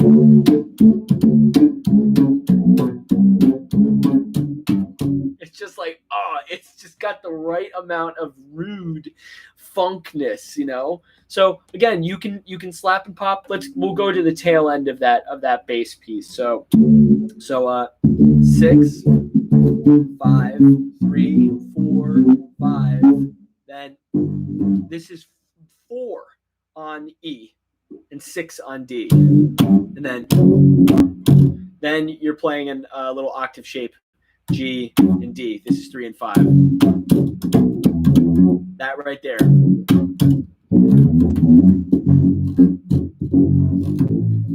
That's the tail. So that's that little pentatonic thing that I was doing before. That's 3, 5 on A, 3 on D, 5 on A, 3, 5 on D. Then you just doing that little octave shape on the 3rd fret and the 5th fret of E and D. Slide up to 6, and that 6 adds as your tie-in back to E flat. That sol do, even though it's not sol do. It's just a 4th ascension.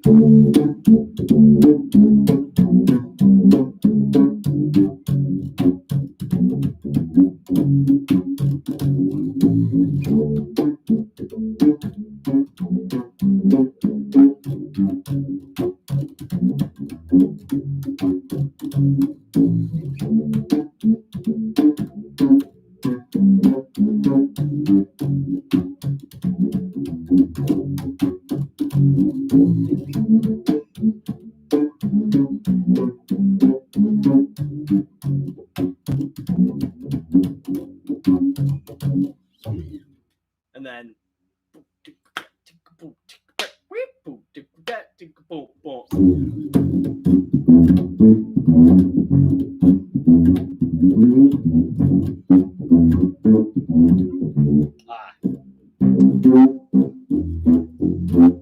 yeah, you just go right back in. So it's a really, really short piece of music when you think about it. This thing right here is probably going to be your most confusing.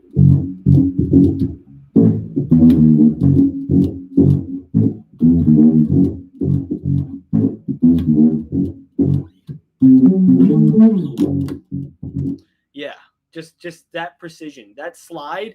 Don't be afraid to implement that slide.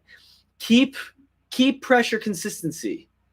Drag that finger down that string, because that slide is nuance. It's intentional, and it will actually help you. It'll help you like find your precision a little bit better. You can not do it, but I mean the whole point of Hylics 2 is to be slidey, so that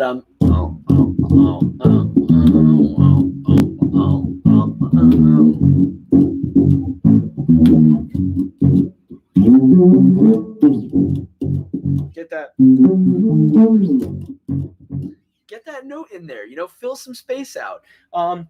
I'm huge into like Bootsy Collins, and I went through a Flea phase when I was younger, and I was listening to a lot of shit. But like Chic, all these bassists are great bassists. Like they're all they all have their own flavor. So you know when you go and like listen to, if you listen to my bass playing, like if there's somebody out there that's like, oh man, I really dig like Chuck Salomon as a bassist, even though I'm more of like a bass guitar vocalist, like I'm like a conglomerate of things. And now I'm like moving into this composer territory. Like take whatever influences you want from me. It's important. That you share your influences with people through your own playing. So for me, like huge Jamiroquai influence.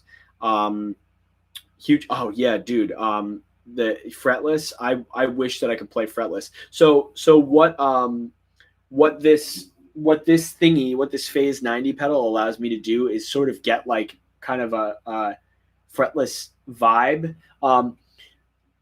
So fretless like sort of has this like, if you're not really like precise player and you have to rely on like the recovery, that's a what's it called? My friend Steve, who's like a great bassist, like that kid can smoke anybody on bass. He's so good. Steve Capecci, great fucking bass player. Oh my god. He was telling me about playing fretless, and he was like, yeah, it's all about like the recovery. So like getting close to the note and then like sliding into it, or like if you overshoot the note, like sliding down. He's like, it's all about that recovery. And you can get that sort of like out of tune sound if you use a chorus pedal, because a chorus pedal is just like a weird detuning, like out of phase pedal. So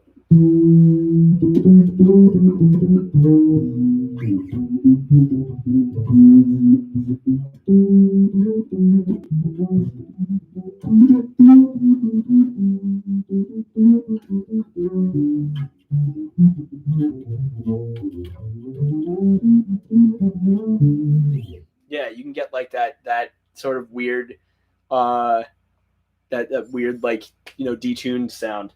But I mean, I like the phase sound. That yeah, it's just like just grooving out with that phase 90 sound. So that's the track for guitarists and bassists. Now for keyboard players, you probably are already disgusted with my rhetoric. As a musician, I'm very irreverent about a lot of things. I do use fret numbers a lot more than I use notes, even though I can go back and redo everything that we just did and tell you about all the notes. But for some reason, I'm less fluent in explaining things that way. It's perfectly fine to describe, like the notes based on the frets. It's fine. It's like it gets the job done. And a lot of people get scared and get turned off from music when you just start throwing a bunch of letters at them. There's nothing wrong with doing it by fret number. There's everything wrong with doing it by play it and just play the frets. Don't play it with any soul or any emotion at all. So yeah. Now comes the magical time of the stream where I can probably go on for like another little bit, because I'm I'll probably end it at like 10:45. I can do some like extra stuff. I can answer questions. I can show you guys some new sounds that I'm working with to sort of like talk briefly about what I'm using with in terms of pedals for my latest project. Yeah, I can talk about a bunch of stuff. Penis would like the notes cheese sandwich. Wait, what? What's the spicy desert track I posted? Oh, so the desert track. This is really funny. I wrote this track for the game, and like we made this level. We conceptually designed this level. Holy shit! This shit was so bad. we had to go in and change a bunch of stuff. We were going to do a desert level that had a bunch of that had like food elements in it, right? Like this has been done a couple times before, but it hasn't been done like super recently, or so we thought. Um, we've been making this game since November, and Omori had just come out, and we didn't know, so we had to what is this? Cheese sandwiches to go. Cheese sandwiches to go with people who were saying increasingly corrupted Virginia. Oh, I see. Oh, cheese sandwich, nice. Yeah, so Omori came out and was wildly popular. And there was a level in there where it was like a desert with a bunch of food elements, and so we had to go in and change a bunch of aspects of that level. But the good news is that we ended up making a bunch of changes to the level and to the story, to basically like make it better. Yeah, it sometimes you gotta when you're making. Oh yes, I'll talk about that too. In a second about the Hylics Discord. So when you're making something, it's always good to just be aware of your surroundings. If it's a really great idea and you're like losing your mind about it, you're like, oh my god, that's such a fucking cool idea. I like Google it. Just Google it. Like do yourself a favor. If it's a concept, if it's an original character or a design or an idea or whatever, Google it. Because if it exists and you put it out, now you're making money for somebody else because you did something that may have copyright infringed upon their shit, or you did all that work for that project, and now it's like, now what? Now you can't do anything with your project. So we went in, and out of respect for Omo Cat, and out of respect for a couple, like we had a character in that game that was an enemy that was a centipede made out of baby back ribs, which I thought was hilarious, and fucking bug snacks. There's a character in that game that so we had to change it. Hi Joe. Hello, Joe is my that's my brother Joe. He's the narrative designer on this new game. Yeah, Joe's a really good dude. He's a great writer too. Holy shit. Totally just blew my fucking mind on this project with his writing. What a creative talent. It's like, like totally untapped this whole time, Plays great Dungeons and Dragons and makes great Dungeons and Dragons scenarios, which are cool because you could play those. But Joe has never written anything on an artistic level, let alone for a video game. And so, I thought, oh, maybe I should hit Joe up because he's so creative. And Joe spearheaded the shit out of this project and just destroyed it. It's great. I'm super excited for his work to breathe life into the game. So the desert level, it's not so much a desert level. It's a wasteland. It's a wasteland of derelict buildings, and it exists within like a deserty vibe. But the idea is that it's hot. It's a hot level theme. So if you think about, like, I was just talking about this with my student Jeevan earlier today, the importance of aesthetic within level music. And nobody does it better than Nintendo. Nintendo has like that aesthetic down. Surprise, you're playing a water level. Surprise, you're playing a fire level. Surprise, you're playing some other shit. What is this? I'm always worried that that by the time I learn the skills to make what I want, a better version will come out by someone. Okay. So that is a very common pitfall among artists. And to you, Grim Life, I say, make it. Make the thing. Don't worry about it. Just make it. Because if you have anxiety about finishing it and having somebody else already having made it, then you will have never made it. You got to just make it. If you find out later that somebody already made that, okay, cool. Win some, lose some. don't let it stop you from making shit. Always strive to make shit for real, because based on my belief system, I only get to do this shit once. You know, I get really, really sad sometimes when I finish projects, because there's a limited amount of time that you can live in that project. This latest project, codenamed Sloptown, I finished 30 pieces. I cried my eyes out when I finished that last piece, like in my bed. Like I went to bed and I was like, I'm never going to get to go back to that world and write music for that world, because it's done. Unless there's a sequel, it's done. I was the same way with Hylics 2. That contained world of Hylics 2, when I finished those 10 tracks, I was really, really sad. I was like, damn, that went by really fast. It was a month and a half of work, but it was like, damn, dude, like I really want to go back there. Can't. You got to just keep those memories and keep that experience with you. I finished this short film, Vovel Dragon. It's coming out in May. It's a stop motion animation about an unlikely solution to slaying a dragon, dealing with a dragon problem. It's like an old cautionary tale from medieval Poland. It's a really cool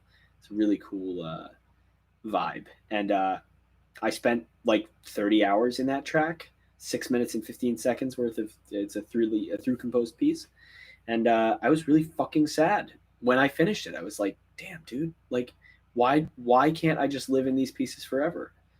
And that's what I was saying before. You have to separate yourself from these pieces. Once you're done with a piece, it's over. That's it. You are now past that project. You have completed that project, and you are better now for having completed that project. And so now when you listen to it, you can listen to it with the ears of somebody that is removed from it. Because you wrote it. Sure, you wrote it. It came from you, but you're not that same person anymore because you completed it. You've evolved past it. You've grown from it. You've leveled up. You've dinged. Let's read some of the comments. Really know how to make a boy blush. Yeah, of course, Joe. Anytime, dude. I'm always worried. Okay, I read that.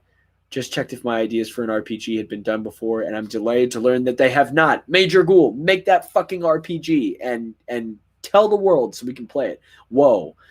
I'm like that too, but it's more like I might as well not do it because someone will make a better version. No, Brisk, don't say that. Self-deprecation is a total artistic killer. There's a good way to be a good critic of yourself. You should not be hard on yourself. You should learn how to be an effective critic.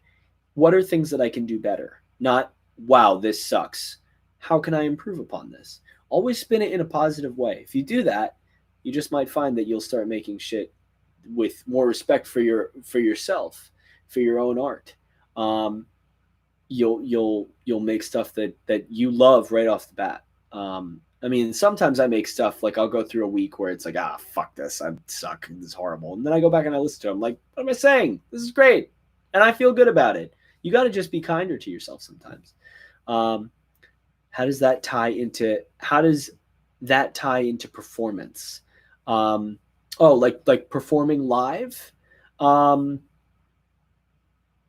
So expand upon that, Nadia. Like what I was saying before, like what's the exact question? Because I want to answer that. Nothing is new under the sun, but nothing has been assembled in your specific way before or will ever again. Sure. You're welcome for the inspiration.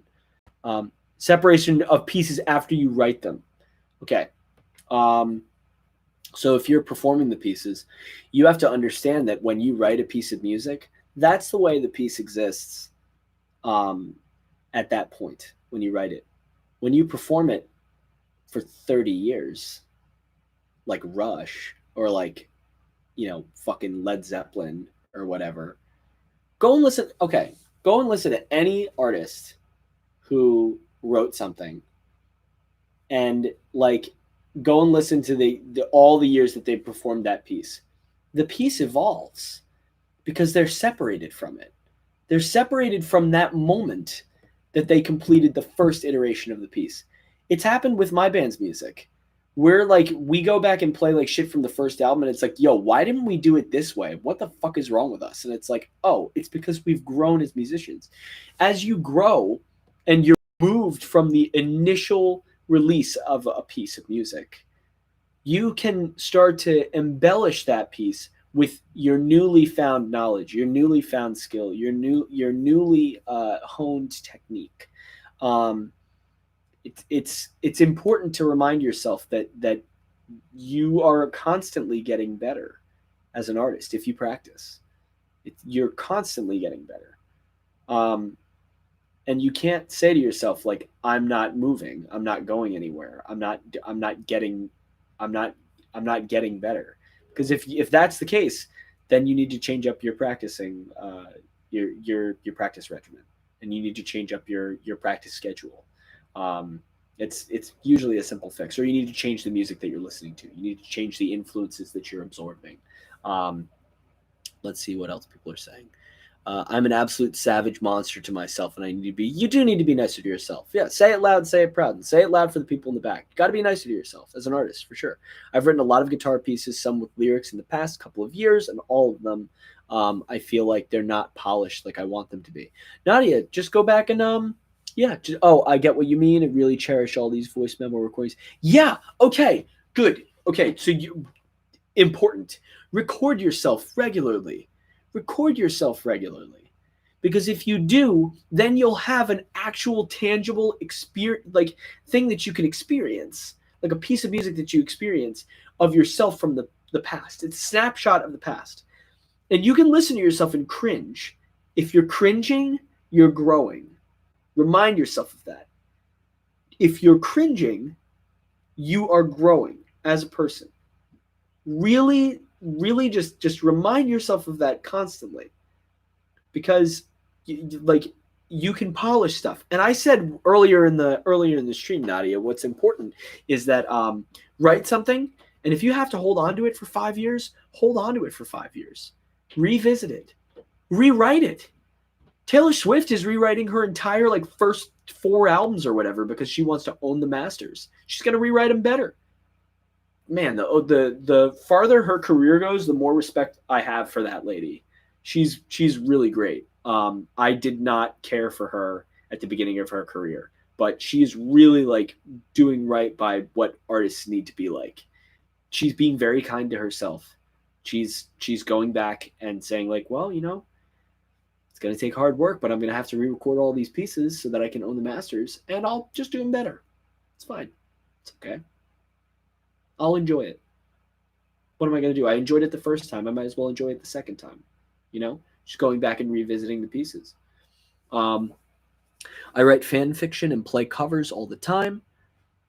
Did I miss something? It's worth to come back and rework. Okay, yeah. Evolution of yourself is it worth it to come back?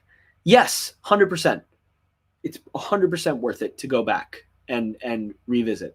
Like I said, Xeno Arcadia is like Moonlit Highway version 2. Moonlit Highway, I don't have the track with me. I'd have to get it, but it's real bad. It's real dumb. And my brother will say like, no, don't be like that. And it's like, but like I'm allowed. I wrote it, and it's like, it's bad. But it's good for like a 15, 16-year-old me. Like I'm kind in that sense. But when I listen to it, it's like the melody is really undercooked. It's underdeveloped. But I was developing as a musician. Great. Yeah, I have it. It's trash, but it's good trash. Yeah, Joe. Okay, so Joe's right. Okay, how do you get started writing original works of art in the first place? I have a lot of trouble just knowing where to start. Oh, baby steps. Come up with something really, really basic. Give yourself a prompt. If you're writing, like if you're writing like short stories and stuff, like just give yourself a prompt. It's the same thing with writing music. So like in this case, Mason, why it was so easy to write these pieces, Mason gave me prompts. He was like, this is a space theme. It's a space level. This is like a claustrophobic like dungeon level. this is a desert sort of level. There is one piece of music that did not make it into Hylics 2 because the level itself, like the aesthetic of that level, had evolved so much. I can give this information out because the game's already been out. Mason had this like island fortress. And he was like, "Yeah, I'm kind of thinking it might be cool to have like island music." I'm like beach music, and he's like, "Yeah, but like weird beach music." This was in late 2017, like Q4 of 2017. That was when I knew I was like signing on to do this project. And then Mason was like, "Yeah, I still got a lot to do with the game. I'll hit you up when I'm ready for you to start getting work done." And then 2020 happened, and I was like, "Hey, you still need me to do the work for that?" He's like, "Oh yeah, I'm gonna need that work like in the next few months." I was like, "Okay, bet, cool, I'll do it." Yeah, he's very, very committed to getting his work done on his own time, and in the way that he wants it to be done, which is why Mason is such a great fucking artist because he knows exactly what he needs to do.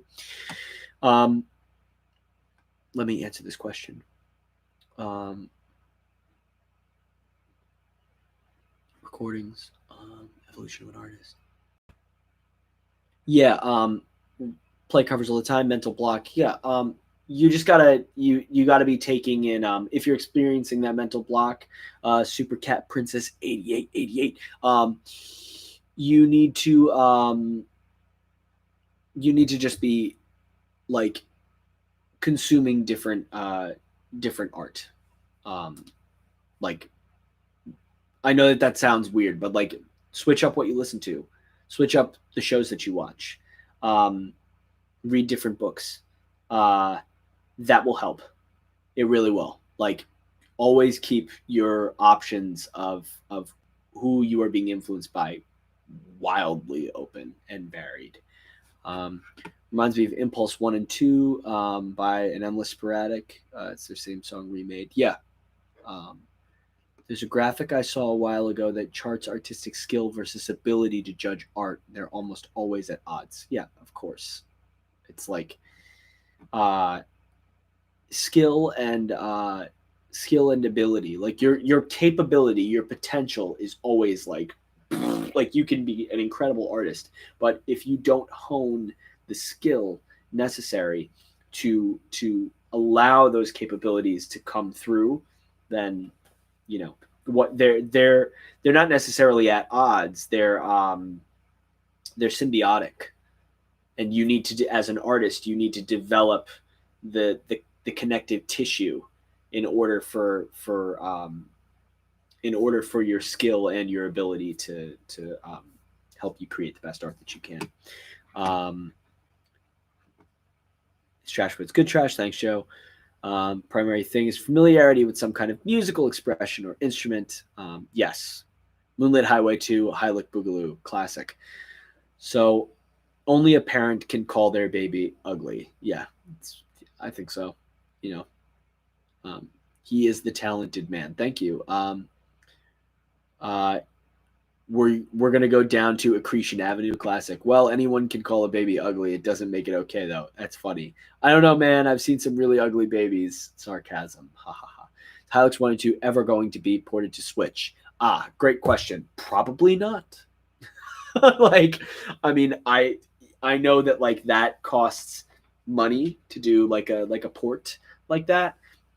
Unless we had a major outcry and there was like some campaign to get it ported to Switch where it was like, yes, we could, like if we crowdfunded it and it was successful, that would be really cool. If there was a portable version, that'd be really good. Throw money at the problem. Yeah.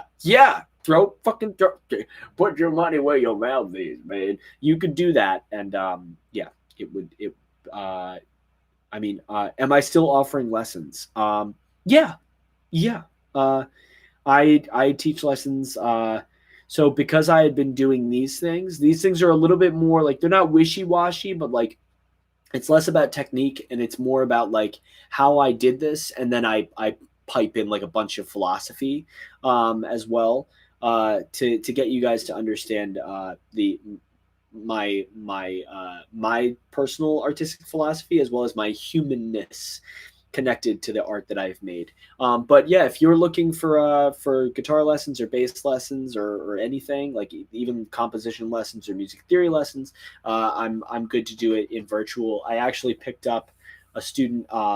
I have two students that are in two separate states that are way far away from New Jersey, which is great. I love teaching them so much. They're both really good students, and they have fun. We have fun in our lessons. And of course, like, listen, money is like, it's a thing, but like, I don't like, I'm not that expensive, So if you wanted to hit me up and, like even just do a drop-in lesson and it was for like a little bit of time, like we could work something out. I'm not hurting for money right now. And I'd rather see you have a good experience with me as a teacher, rather than be like, oh, I could never afford that. It's like, no, dude, it's good.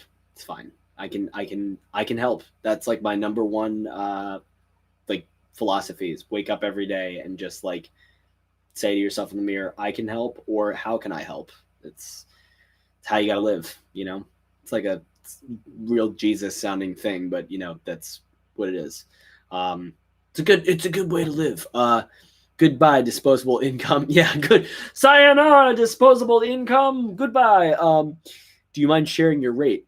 Yeah. So if you message me on Instagram, I'll share my rate with you there if you use Instagram. If not, you can just like you can send me an email or something, or like, do you have Instagram, Nadia?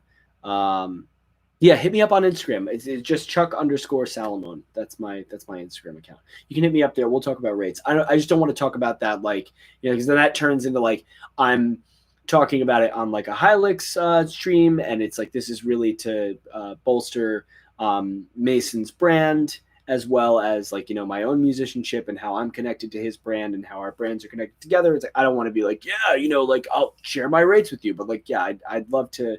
If you're interested in learning from me, I'd always love to teach. It's really lovely to hear. Okay, just copped a guitar today, looking to you as inspiration. Ah, nice. Okay. So yeah, listen to my work.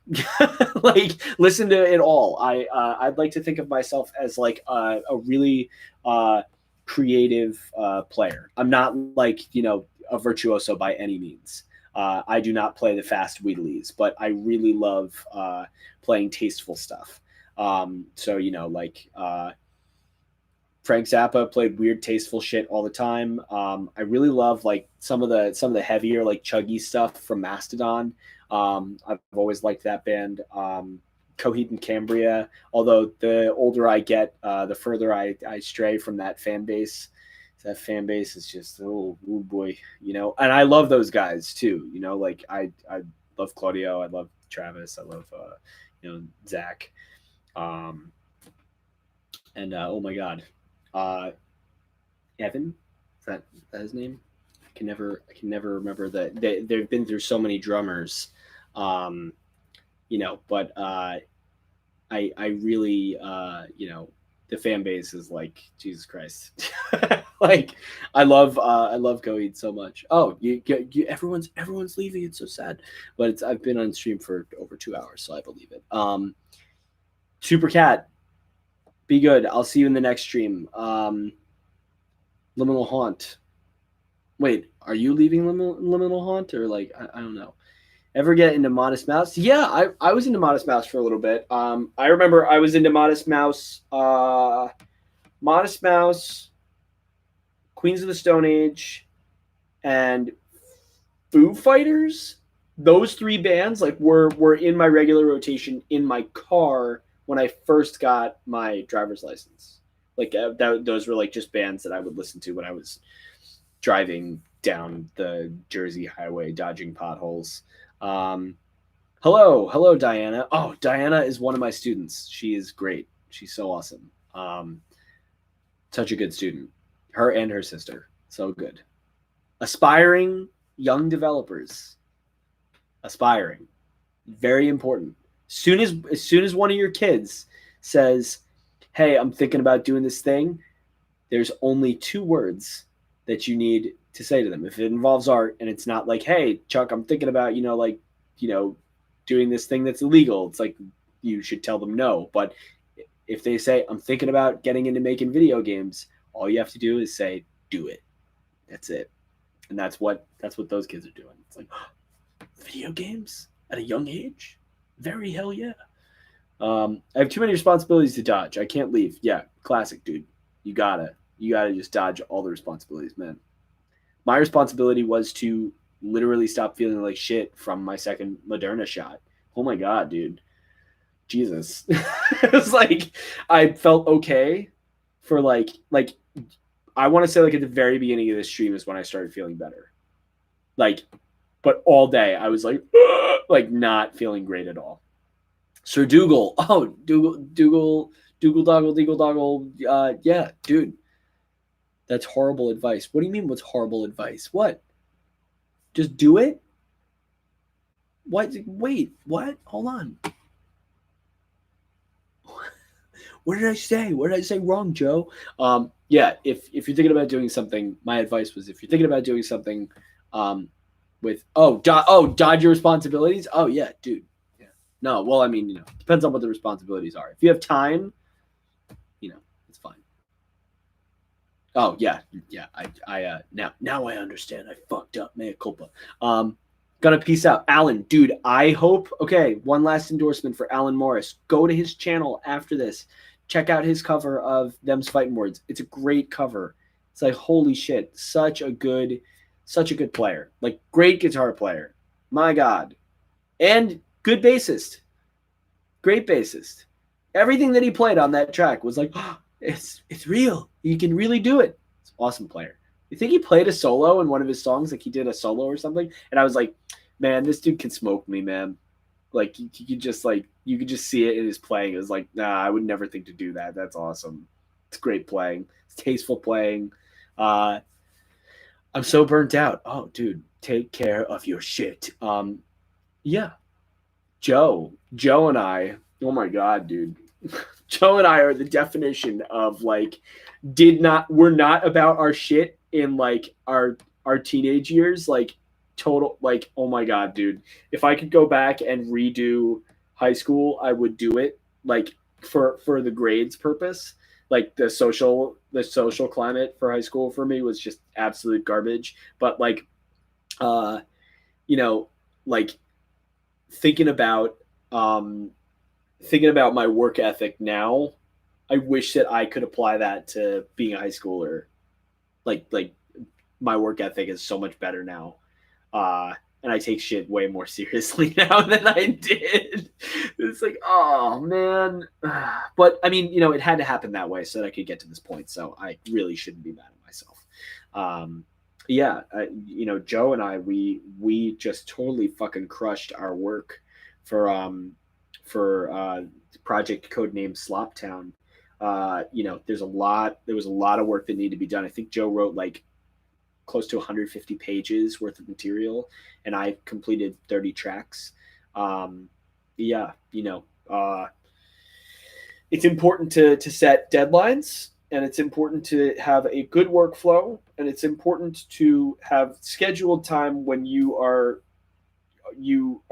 dedicating that time to working. Like, I can't stress that enough.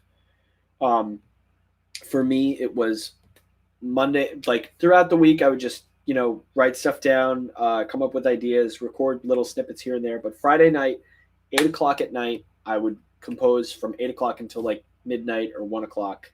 And it was like that every week. And before I knew it, after several weeks, after a few months, rather 6 months, I completed the project, and I also completed the short film doing that technique as well. To be fair, if you don't have your own reason to do the work in school, it can be hard to keep motivated. Yeah, I mean that's why I got into music. And I remember I had a guidance counselor who was a fucking dumb ass guidance counselor. Oh my God, she was like, yeah, so like you seem like you're a really like easily stressed person. Do you think that like going into a music career is going to be like good for you? And I'm like, what are you trying to say? She was just like, well, I mean, I think it'd be really stressful if you were like starving because you couldn't like feed yourself, because music is not really like a viable source of income. And I was just like, we're done here. Fuck you. Like, go away. No way, dude. Get out of here. That's not what your job is. You just failed your job horribly. Yeah. Come from their own circle of hell. Yeah. 100%. 100%. Yeah. I think I had one good guidance counselor in my, so I'm not self-taught. I did take guitar lessons for like a year in high school. I was self-taught up until that point, and then I learned a lot of really important technique at that point. And then I went to music school and learned about, like, everything there is to know about musicianship from Mason Gross School of the Arts at Rutgers University. And then I just started studying on my own, like, listening to the right music, buying the right books, watching the right tutorials, once again, listening to the right music, and finally listening to the right music. Just, you got to listen to the right shit if you want to sound good. For you, everybody has to listen to different stuff. Like right now I'm going through a huge country phase. Like I've basically only been listening to Dolly Parton. I have no idea what it's going to do to me. At the beginning of the pandemic, I started listening to J-Rock, only J-Rock. Oh, why am I all blurry now? Hold on. There we go. I was only listening to J-Rock. Am I still blurry? Is that right? Or is it one of my eyes? Am I getting like astigmatism? Hold on. Punch it. Yeah, okay. It's a little bit better. Yeah, like what's up? What's up, CVID18? Hello. We have completed the music, but I'm talking about stuff. So, ask any questions that you want to ask. Guidance counselors may mean well, but they only get a really thin slice of a person. I wouldn't condemn them to hell. Nah, you just ugly. What is this? Start small with it and slowly ease out of manufacturing. Wait, what is this? Oh, I see. Okay. Hey, Chuck, did you ever jam with Vinesauce? Oh, okay. So I talked about this a little bit earlier. I'd love to jam with Vinny. It's like one of my goals. So in the process of all of this, I have been able to somehow have a conversation that lasted like a morning. It was on and off for an entire morning, and then I left him alone because I had to stop myself from gushing. I was able to converse with Chris Christodoulou for a little bit, the guy that writes the music for Risk of Rain. Like, so good. Like, such a cool guy. Gave me such great, totally unsolicited advice, and I love him so much for all the cool shit that he told me. I've been able to speak with him. I've been able to speak with a couple of really fucking cool people because people just hit me up and they're like, "Hey, I really love your music. Just wanted to say that." It's like, "Oh, hey, I know you."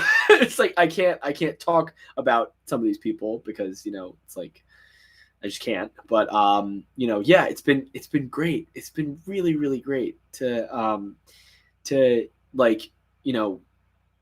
just be on the receiving end of so much love. I never thought that I would be so lucky. It's crazy. It's a crazy time. It's a crazy time to be a musician.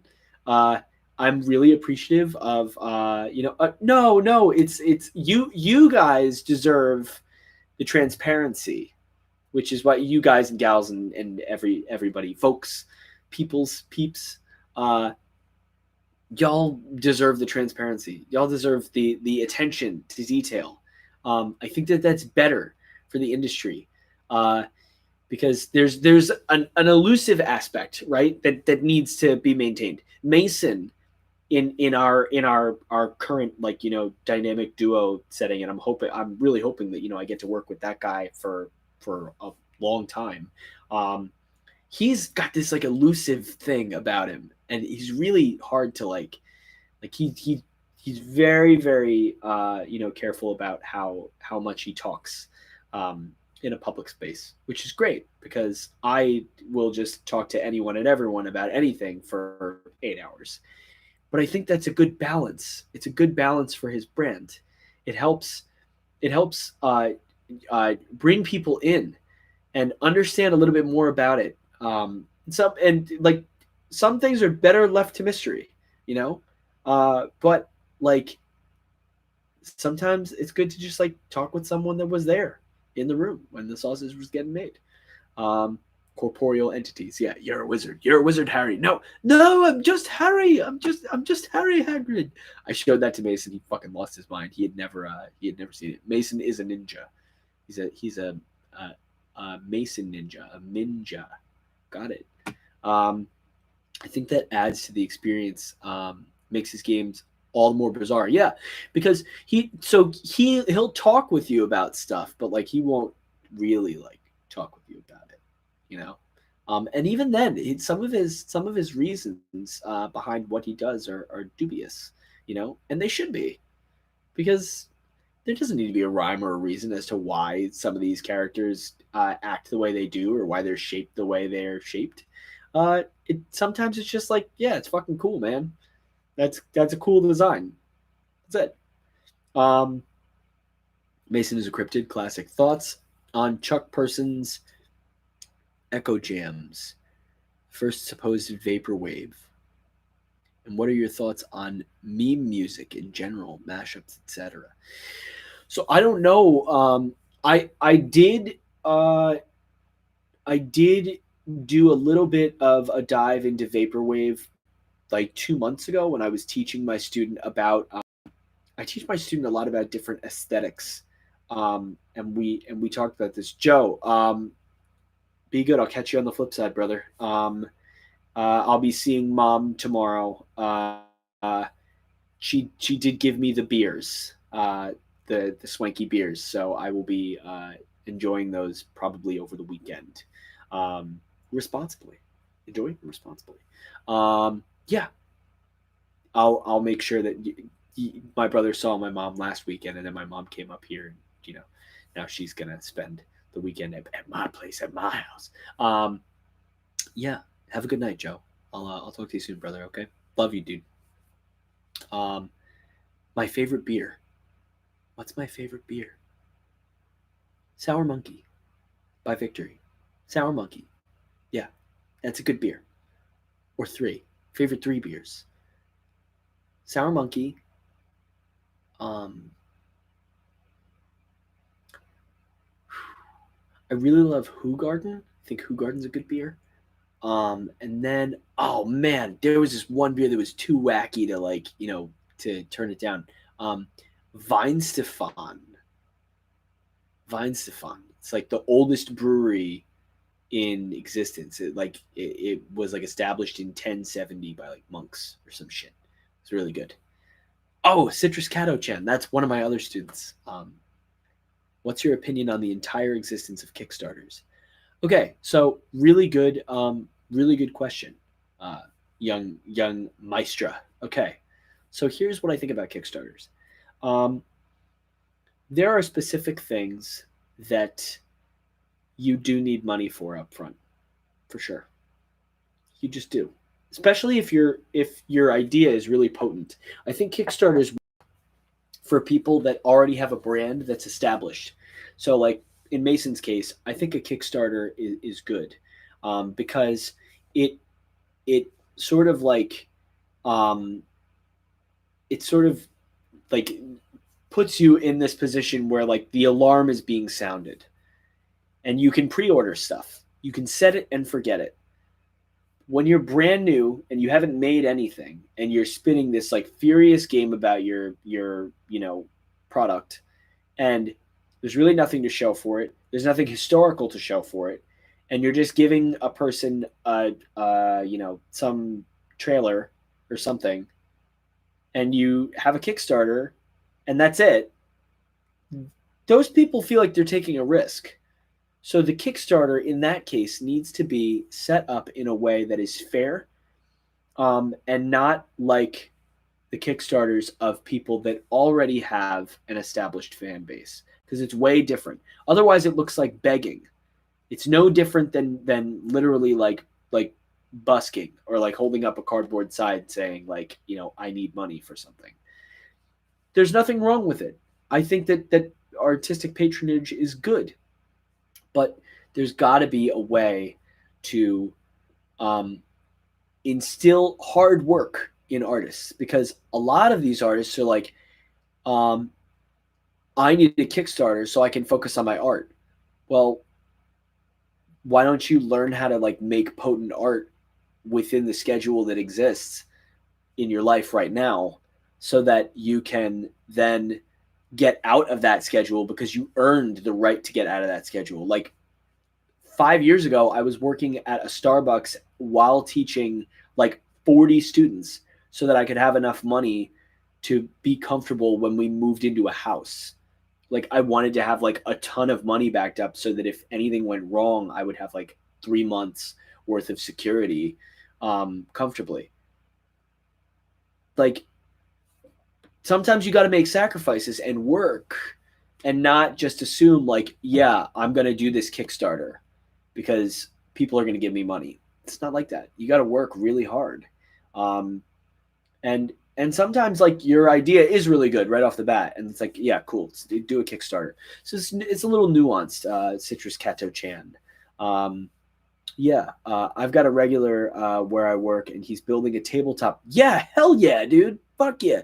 He's been working on it for he's been working on it for years, but only just recently launched the Kickstarter. It was a smart decision, I'd say, for sure. So again, it's totally nuanced. I have a student who's actually my apprentice on this next project. He's helping me mix and master all of these tracks because he's going to school specifically for production, and I wanted to give him like this experience because he's been busting his ass for years and years and years. I have watched this kid grow up from being like a little kid who had a lot of music potential to now being like a young professional, like an absolute beast. And he his dad like makes on the side. His dad has a regular normal ass job and then makes like tabletop games and board games and like does Kickstarters and launches them and gets them published. It's like just a thing that he does on the side. And eventually when that guy retires, he'll have money from making board games. It's great. I think it's awesome. I don't think people should be under that level of pressure, but I see what you're getting at. Sure. I mean, like again, to be an artist is to experience some type of pressure, and you have to learn to walk that line on your own, and you have to you got to just like, I mean, listen, nothing that is worth an immense value to yourself comes easily. It's just something that I've learned. I have never made something that was like that I, didn't immediately stop. Like I would just stop giving a shit about it. If it was so easy to make, I just stopped caring. It's stuff that really requires massive time investment and focus that makes you grow emotionally attached to your evolution as an artist. So taking a beat back to that before. So when you do that, what's my wife saying? She's probably saying, "Don't come to bed too late," because she is ripping on that Moderna, gonna try and go to sleep. Yep, yeah, she's feeling achy. Damn. Oh, I don't know what that is. It's some meme that one of my students sent me. As long as you have something to offer to the audience, starting a Kickstarter or something like that is good. Sure. Again, nuance, because it's like you have to know going into that there's a risk. Like the buyer, the purchaser, there's a risk because something might look really fucking cool, and now you're experiencing, now the person, the producer is experiencing all this pressure to deliver. It's like this double-edged sword with this Kickstarter shit. It's money up front, Need I remind everybody about No Man's Sky and how No Man's Sky became No Man's Lie? And that was like a huge fucking fiasco because the game looked incredible.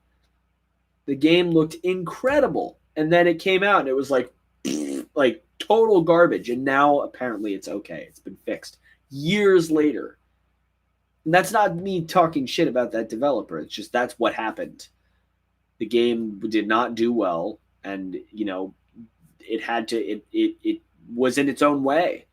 It's like when you have a Kickstarter like that and you have this like epic description and then you can't deliver on that, so the whole thing with Kickstarter is like, don't start a Kickstarter unless you have a concrete plan that has checkpoints that you're committed to, and you know that you can deliver upon what you say you're going to deliver. Otherwise, don't do a Kickstarter, because it's just going to cause you heartache and cause a nuisance and an annoyance to the buyers, and then you might never work in the industry again because you said that you were going to deliver up something, and now, because people can be cruel. I mean, there are some people that I'm not going to tell you who it is because it's all visible on YouTube. But there are some people that hate my music because it's not Hylics 1 music. Ooh, Hylics 1 good, Hylics 2 bad because of music. Not everything that you make is going to be beloved by so many people. It's not going to hit the mark for everybody. So even then, it's like, making art there's always like this risk of, like pissing somebody off, or, making something that doesn't, resonate with people. But if you say that you're going to do something, really try and deliver on that thing. Like I have been saying to people, when I make this music for project codename Sloptown, that the music is going to be way more expansive than Hylics 2. There's going to be more instrumentation. There's going to be more guitar, more everything. But it's going to be relative, and new leitmotifs, more leitmotifs, and just more music in general. It's 3 times larger than the catalog from Hylics 2 that I produced. And it's going to be still going to be on brand. Like, you're going to recognize it as my music. It's not going to be Hylics-y, but, I'm delivering on that. I'm sharing it. I'm sharing snippets, and I hope that people can see that I have increased my value and my abilities, my capabilities as a musician. And then when I'm done with this project, which that is the sound of inevitability. It's coming. Like I'm just about done with it. The next thing that I make will be better than this. And Hylics 2 will just be this like thing that I look back on that's like, man, I wish that I had done that better. But you got to look back on it with kindness and with fondness and stuff. Hylics 1 music was rough for me. Yeah, some people didn't even like the music from Hylics 1. Some people just didn't like it. Expectations, I guess, as long as blah, blah, blah, blah, blah. Mighty Number 9. Got to make sure you don't have something like Ouya. Oh, dude, I remember when Ouya, someone was telling me about Ouya, and then I did research on it, and I was like, wow, this looks like a great thing. And then it just fucking shit the bed. It was so bad. Kaiser, dude, holy shit, bro. Okay, everybody in chat, there's 32 of you, except Kaiser. Go open up a new tab. Challenge accepted. Open up a new tab right now and go to Kaiser's page. That dude is like, he just hit 2,000 followers on YouTube. He does video game reviews. It's awesome. So in depth. So in depth. It's great. He did a Hylics 2 review that blew my mind. He did a small in a DM interview with me. I answered questions for him and stuff, and then it eventually materialized into a video. And I was like, I remember this guy, dude. Really solid channel. Great for indie developers. It's a great channel. He reminds me a lot of I feel like everybody's trying to be Nitro Rad, but Kaiser's got this. He's got this vibe, man. His whole mentality is perfect, and he's got a sick fucking leather jacket. So there you go. For those of you that love Wayne and the leather jacket, you're gonna love Kaiser. He's a great dude. Subscribe to his channel. He's awesome. Hylics OSTs, whether it's first or second, just reflect what they are supposed to. Their respective games and styles. Yes, 100%. They don't have to be the same experiences. They don't have to be the same experiences. It's so true. It's they're not the same game. They're not the same game. Mason evolved as a developer. Everyone's like, oh, he's a sellout. He didn't do the music himself. No, he wanted to offer something a little bit more. And I asked him, I was like, hey, do you have somebody doing the music for that? He's like, no, but you know what? It might be beneficial for me to, tap you uh, if, if you'd be willing to do that sort of thing. It might be beneficial for me to do that because it would take a lot of stress off of me. And I was like, hey, man, I'm all about de-stressing, dude. De-stress is my middle name, one of my hundreds of thousands of middle names that I've adopted. Um, Hylics won a lot of the OST. It was very fitting for the game, and it made it unique in its own way. Yeah, that's right, 100%. Oh, I had the one that I couldn't read recommended to me, so I didn't click on it. I'll actually watch the review. Um, isn't there still like 10 tracks that are from Mason and Hylics 2 though? Yeah, there are. There are 10 tracks from Mason, but they're all like super weird. I think I can only play like I can play Battle Alternate, but I'm not going to be teaching those. Uh, there are a couple of pieces that also got ported over from Hylics One, like by way of like leitmotif, like oh something bad is happening on the screen, like so. Um, yeah, what is this? While I do adore both OSTs, I just wish there was a Spotify SoundCloud release for Hylics One music. Yeah. I think Mason is if like we're we're thinking about it. I don't want to say that like that's a hard no. That's really his decision because that's his IP. I have nothing to do with that. I'm only attached to Hylics 2. But I can say like, hey, people really want Hylics 1 to be on Spotify. I think his main concern is the quality of the music being ported over um, to Spotify. It might suffer uh, tremendously because the quality of the recordings is not very good. Um, it's not like it wasn't recorded in like high fidelity fashion, and it just like I think that's why there are like some tracks that magically disappeared on the YouTube playlist because they just didn't sound good. Like and that's like his own personal thing. As far as I know, I may be getting that wrong, but I know that there's like one piece of music that disappeared from Hylics 2 because the quality was just not. I think it was Exercise Night. Like it just was really like brutal. Like it did not sound good on YouTube. It was very like crushed and like it just didn't sound good. And Mason didn't want that track to be representing his intellectual property. It's just a personal decision. Um, Alex One Music. Um, I just got my hands on Ableton. Do you have any recommendations for basic-ish drum VSTs, sample packs, or amp simulations? Amplitude is really good. There's a free version of Amplitude that you can download. Um, VSTs, drum VSTs. Holy shit. The biggest one is what's it called? Get Good Drums. That's the biggest one. I'm not really big on like drum VSTs. And again, I use GarageBand, so anything like on my phone. I'm actually planning on. This is like going to be a sad day. I'm planning on getting a MacBook so that I can actually like start writing in GarageBand on a computer, so that I have like a bigger screen. I don't know why. I just think GarageBand is like it's concise, it's short, sweet, and to the point. Logic is good.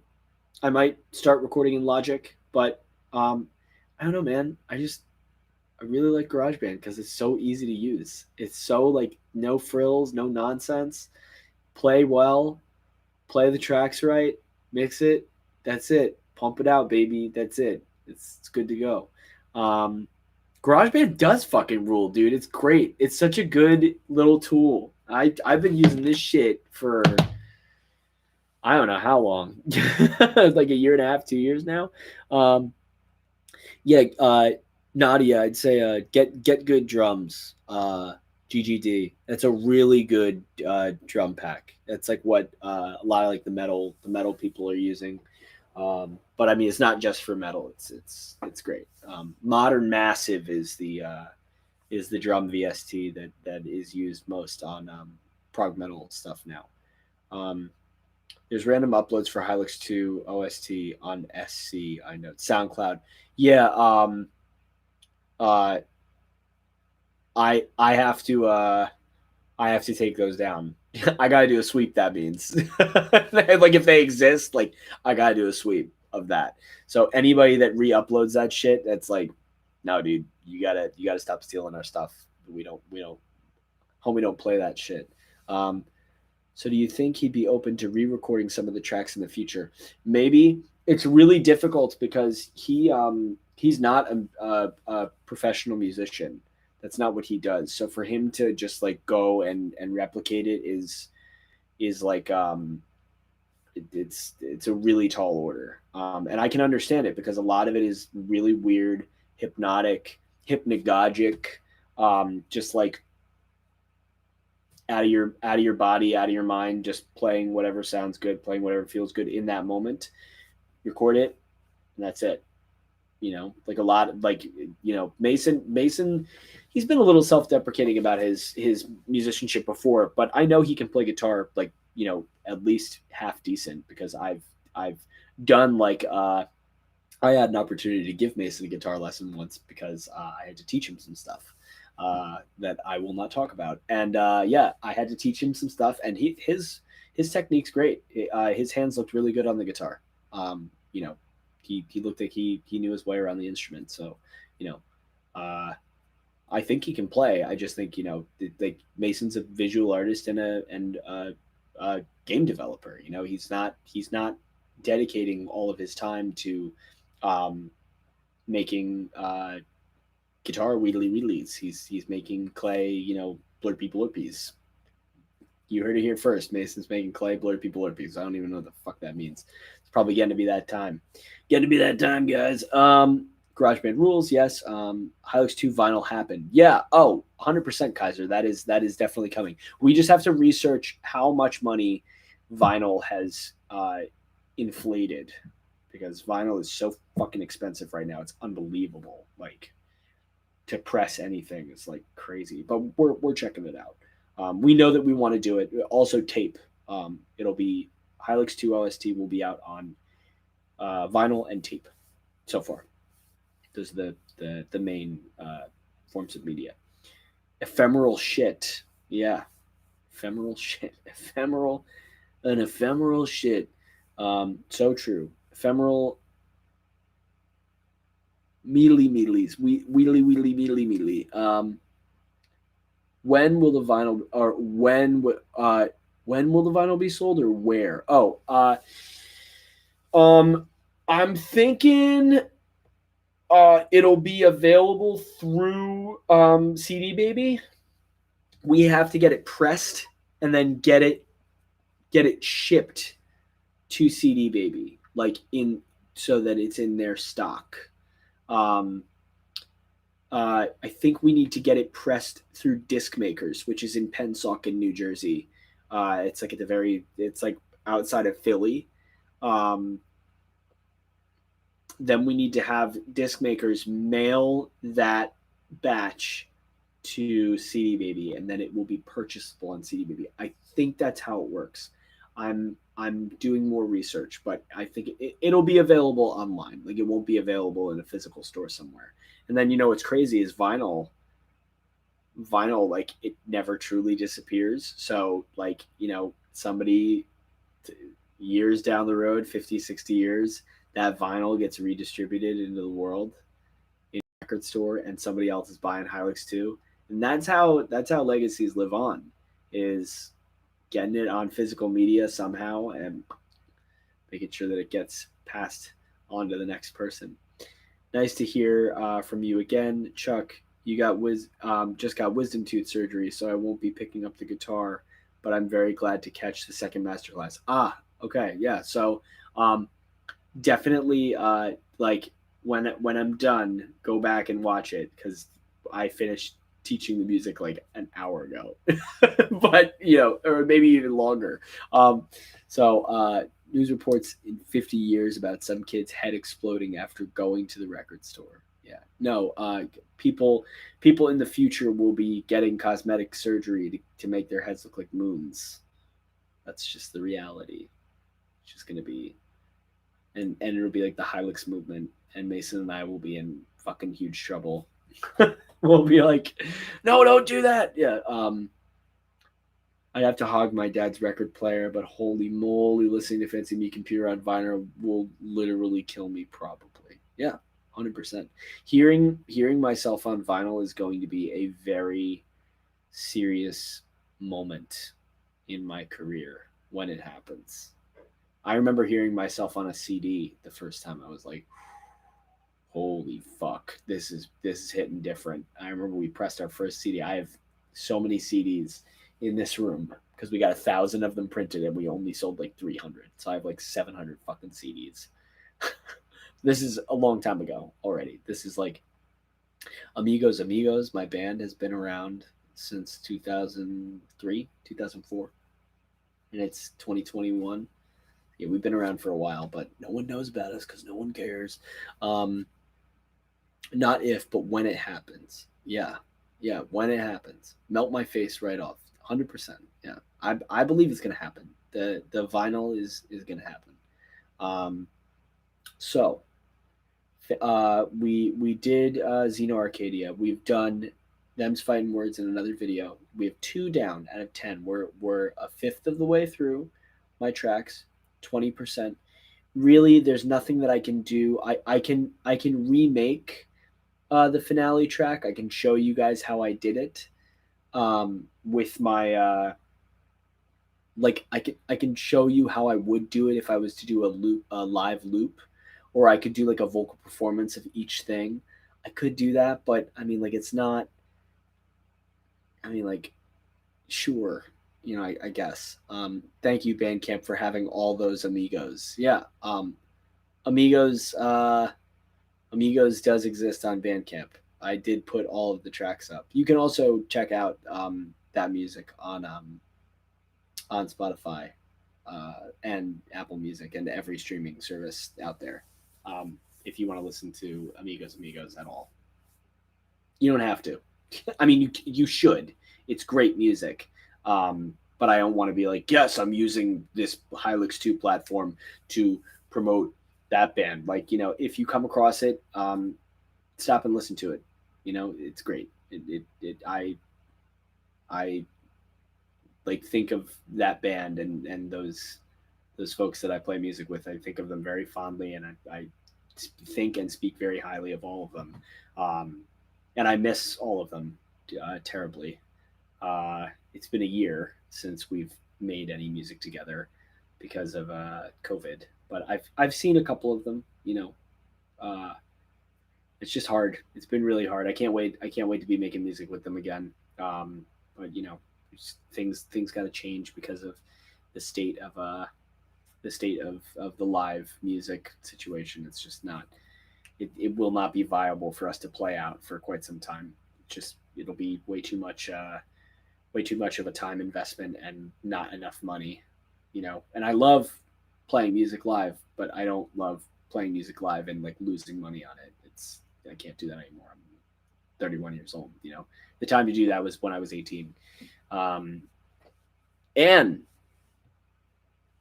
thank you so much. I appreciate that a lot. We'd love to hear about Bistecca. Yeah. Bistecca. Yeah. Yeah. I'll do that track. I'm doing all of these in order of appearance. So the next track will be that. The next track will be That's a Big Stick, and that is a massive, massive track. There's a lot of shit going on in that track, and I know how to play it really well and teach it really well. So I've done. What's crazy is I've done a lesson about it, but it hasn't been like a formal lesson. It hasn't been like a formal live stream. It was on like an Instagram live stream, and like it was like a test run. It was not archived. I've listened to them and it's still really good. Oh, cool. I'm glad. I'm live. Yeah, I'm live. I've been live for 2 hours and 45 minutes. You can go back and watch the whole thing. This has been a really fun one. I thought I was gonna feel like shit because of the Moderna. My left arm is like totally destroyed, but I'm definitely like. I'm going to have a lot of work to do tomorrow morning. My wife is going to be sleeping in because she's going to be getting rocked by the funky cold Moderna, and I'm going to be I'm gonna be taking care of the baby. Like first thing in the morning, like 5 o'clock. Like, holy shit! Somebody help me! Yeah, Big Stick is a really cool. It's a really cool boss theme. I'm happy that that one came out the way it did. Um, if I'm being honest, the bass is way too loud in that mix. When I go and master it for vinyl, I'm gonna turn that bass down because that bass is so fucking loud. It's like very present bass in the mix, which is cool. I mean, it adds to the vibe of the song, but like I can mix it and master it a little bit better for vinyl. When you walked me through them's fighting words a while back on Instagram after I commented on the track on YouTube pre-live stream, I use that first chord shape all the time. Yeah. Oh, of course. I remember our conversation now. Yeah. That's yeah. I if anyone has any questions, like please hit me up on Instagram. Like I'll like flesh out like tons of like detailed information about this music. It's no problem, you know. Like it might take me a little bit of time if the requests are like crazy detailed, but if it's like, hey, I don't know how to play this one chord, can you give me the tabs, you know, like so that I have them written down, then yeah.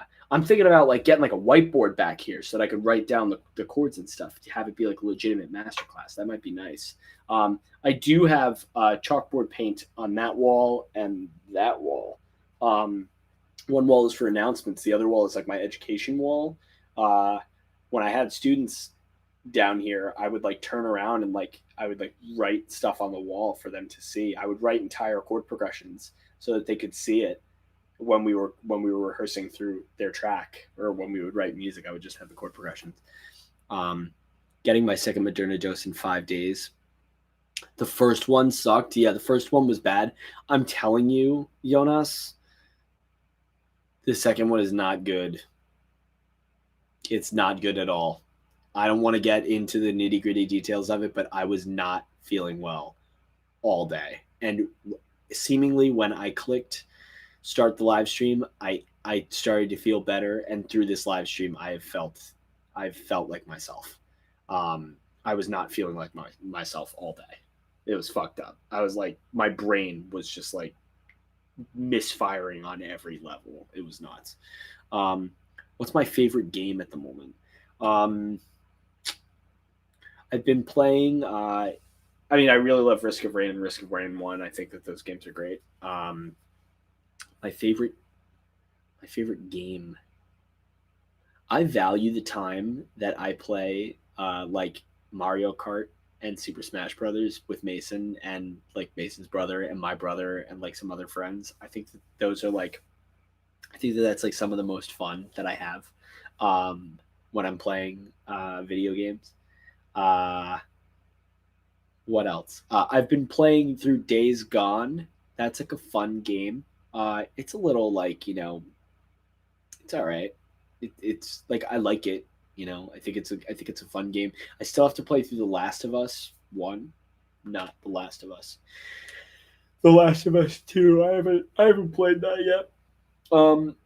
Yeah, I mean, there's just stuff that I've missed out on because I, you know, went to school at a specific time in my life when all those video games were coming out, and then after I got out of college, I just did a bunch of like business building shit, and you know, started a band, and you know, got married, and now my kid's gonna be 2 on Monday, and I can't even fucking believe it. It's like, oh my god, dude, fucking get me off the ride, man. This shit is crazy. Final Fantasy VII Remake was a fucking masterpiece. Holy shit, I cried my eyes out at the end of that game. Oh my god. Who do I main in Smash? I have a lot of like joke mains, but you know, my main that I've been really trying to get good at. Like I mained Link for a long time, but I'm trying to port over to Young Link because I think that he's a little bit more he's a little bit cooler. Best part of the Pfizer is downloading those sweet LimeWire MP3s directly into my brain using a 5G microchip. The United States government has entered the chat. Holy shit. Gonna head to bed. Nadia, dude, good to see you in stream. If you have any questions about like lessons or anything, or if you just want to, like tap me for music knowledge, like just hit me up on Instagram. I'm around, and I'd be happy to answer. I'd be happy to answer your questions. Um, yeah, Final Fantasy VII remake. I mean, Final Fantasy VII. Like, I think I was Cloud Strife in like the fourth grade. Like, I think like that was my Halloween costume. And I was like, "Who the fuck are you supposed to be?" I'm like, "Cloud fucking Strife. How do you not know who this is? 1997, dude. What are you doing? Like, it's 1999 now. The game has been out for like uh, the game has been out for 2 years, 3 years. What are you doing?" Everyone's like, "Bro, what is that?" And I'm like, "It's Cloud, dude. He's cool. He's a cool guy. He's like Avalanche. It's like 9-year-old me trying to explain to people what fucking Cloud Strife was, and just like Jesus." It's like the cringe. If you're cringing, you're growing. Just remember that. Um, yeah, Final Fantasy VII remake. You should check out Ghost of Tsushima. Yeah, Mason said that game was really good. I definitely want to check that out. You can play that game with like such artistry in the attack system. Like you can really like make it look cinematic and great. Like it's almost like a dance. Um, like when you're just hacking and slashing dudes to death. Um, oh, I loved the new God of War 2. I thought that game was fucking awesome. That game was crazy. Who's this? Dit 2. My good friend Natalie. Dit 2. What did Dit send me? Oh, nice. Picture of her with some children, with her kids. Nice. Cool. I'm in a live stream right now.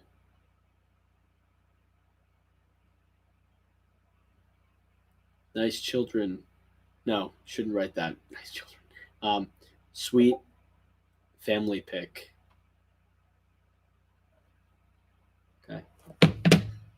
Now when she like goes back and like watches it, she's gonna be like, "What the fuck? Like you referenced it, Jesus." Ghost of Tsushima. Yeah. My partner and I cosplayed Sid and Shira. Cool. Shara. No. Fucking. What was your impression when coming into contact with the Hylics music for the first time? Hylics 1. Um, I was like, this is made for the sake of being weird. And then I said that to Mason. I was like, "So you just like made this like for the sake of being weird?" He's like, "Yeah, I mean, like I just like my transitions are bad." And I'm like, "No, I think that this stuff is really good, and it's like it's just weird music, but it works for the game. Like the intent is there." And he's just like, "Yeah, I think so." So he's like, it's crazy because some people like absolutely despise it, and then like other people are like, "Wow, this guy is like one of the best experimental musicians in modern day." And one of the funniest, holy fuck, this is one of the funniest things ever. I love reading this article. Someone wrote, uh, Hylics 2 or Hylics 1 is what you get when you teach noise rockers how to code. And I was like, "You hear that, Mason? You're a fucking noise rocker now." He's like, "I literally went to like fine art school." Like, I literally like I did not go to noise rocker school. So like the intent is meant his music was meant to embellish his world that he built. It was not, thanks, mate. Have a good live stream. Yeah. Oh, uh, I will. I will. Um, the music in the blue area creeps me out. Yes, many people. I found the blue dunes calming as hell. I went to Juilliard. Yeah. Dude, I have a friend that went to Juilliard. Great piano player. Uh, actually is now a software developer. Like, you know, Jesus Christ, like that dude is so smart. Yeah, what is this? Who usually wins in Smash? Me or Mason? And who do I main? We'll do themed matches. We'll be like, okay, in this match, you're like something that can definitely be like not misconstrued, but something that can be defended as like a furry. It's like, all right, I'm playing Lucario. Okay, I'm playing, Incineroar, or okay, I'm playing like Fox or Wolf or something, And it's like we'll just come up with stupid themed matches like that. That's what keeps it interesting. Or we'll do random. I'm Mason. If Mason is Sephiroth, Mason fucking gets me every time. Like he just figured out how to fucking play Sephiroth really well. But I I really like Link, young Link. Ridley is a great character. King K. Rool, he's really good. Who else?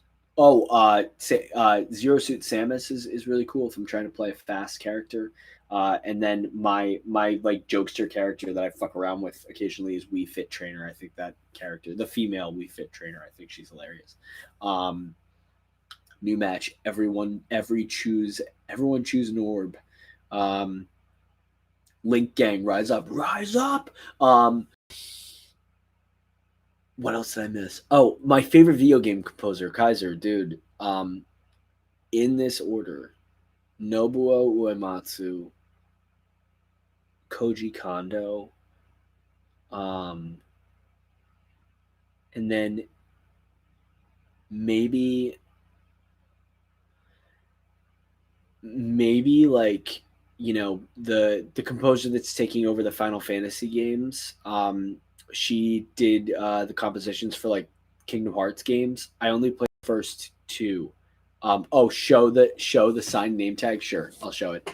All right, give me a second. I'm actually gonna put this bass away.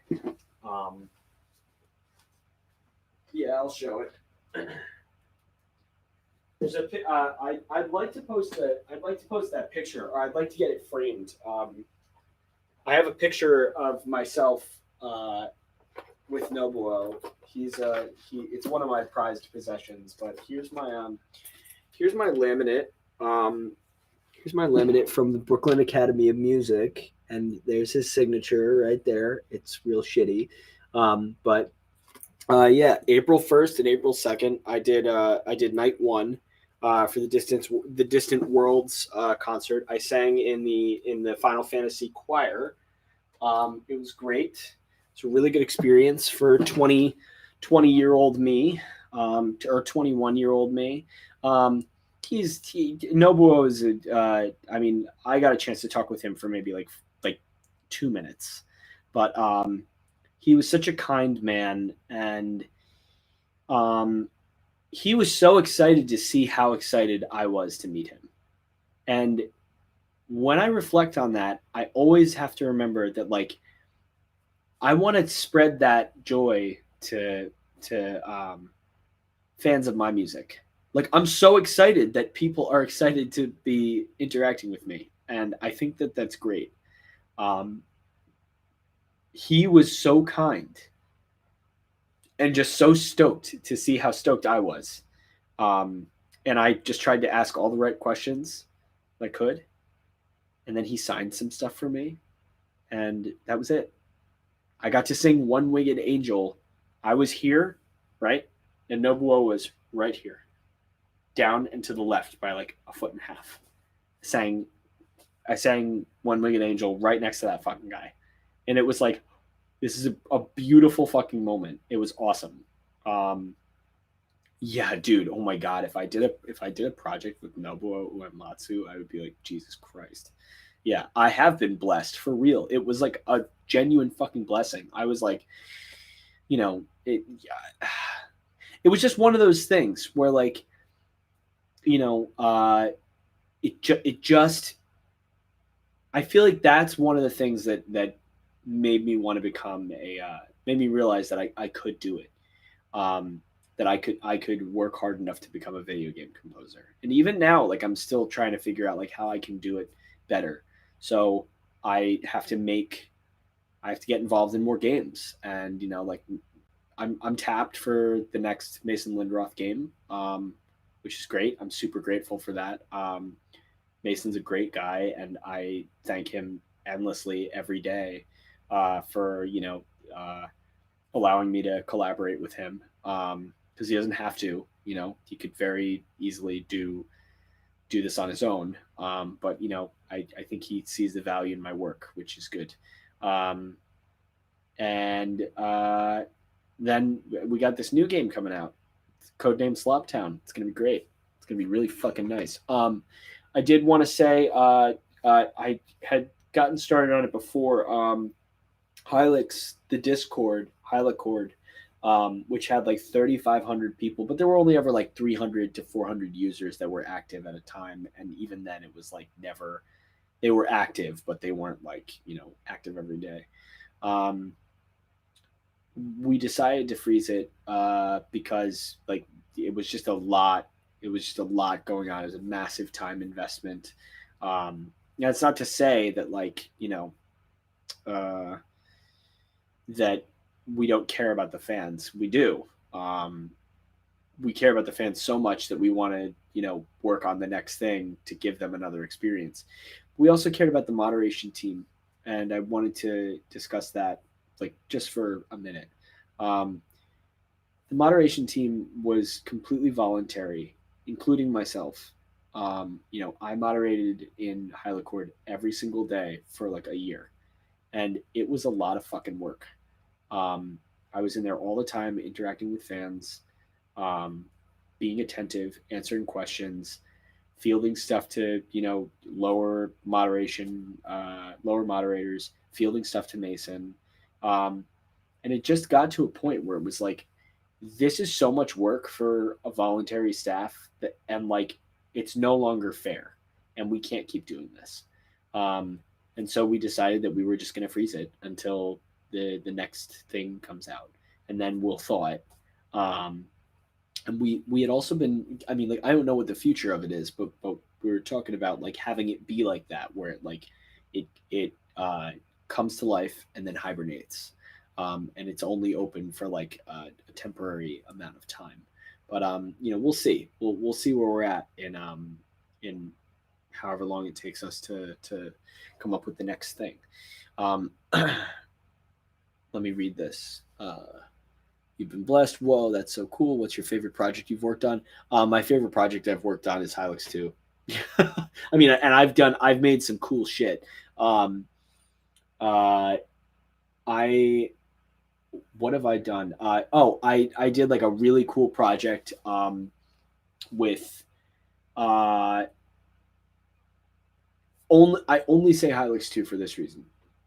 It's the only project that I've worked on that's come out that like has received notoriety. Now I've done other stuff with Amigos where it's like, wow, this was a great project. I loved working on this thing. And it very well may be that like that work gets recognition and it's retroactively it becomes popular. That would be nice, because I loved working on that stuff too. I like to think of all my projects that I've worked on as like they're all my children, so I love them all like with some quality in mind. But like I'm really bummed that that this Sloptown project, my portion of it is over. I did 30 tracks. I'm kind of bummed. I was emotional about it for like a few days, because like you can't go back. I was emotional when I stopped Hylics 2. Like when I stopped writing music for Hylics 2. What is this? I was a part of that Discord. Yeah, it's true. A lot of people were.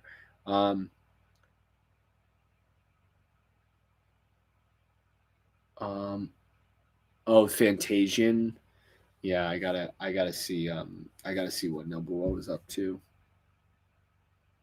Chicken Mason is the dream team. Woo! Damn, future projects look promising.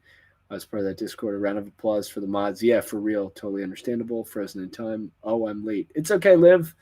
I'm wrapping up in a moment because I'm very tired and I know I have to wake up very early. But there's a lot of really cool content at the end, or at the very beginning of this stuff. Thanks to the moderators. How do I beat the boss in the worm pod? There's no way to know. I can't answer those questions. There are more projects. Yes. Nohi. Follow me on Instagram and Twitter. That's the best. And follow Mason on social media too. You'll be up to date that way. There are Discords that I exist in. You'll be able to find it easily. You just have to ask around. Someone has a link. Someone can invite you. But yeah, the future projects are. There's a lot of really cool shit coming down the pipeline. I'll tell you that much. No, Amigos is really good. You guys just need to blow up. Yeah, I'm really hoping that that's true. I really hope, because we did a lot of work on that last record.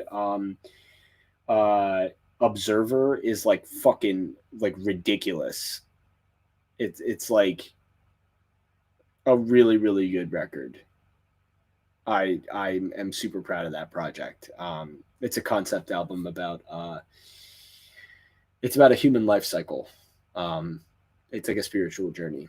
It's cool. Use Coffee in the Worm Pod. Tracks, damn, so much incredible. 30 tracks, yeah. 30 tracks, yep. There's a lot. Weird question, but what do you think of Shin Megami Tensei titles, specifically its music? So I have not played. I've not played them. I've never played a Shin Megami Tensei game, and a lot of people are like, "Oh, dude, I feel like that music, your music is really similar." And it's like, I guess I've never played one of those games, but a lot of people have recommended that I do, so it's on my list. Get to sleep, Moderna man. Yeah, I do have to go to bed.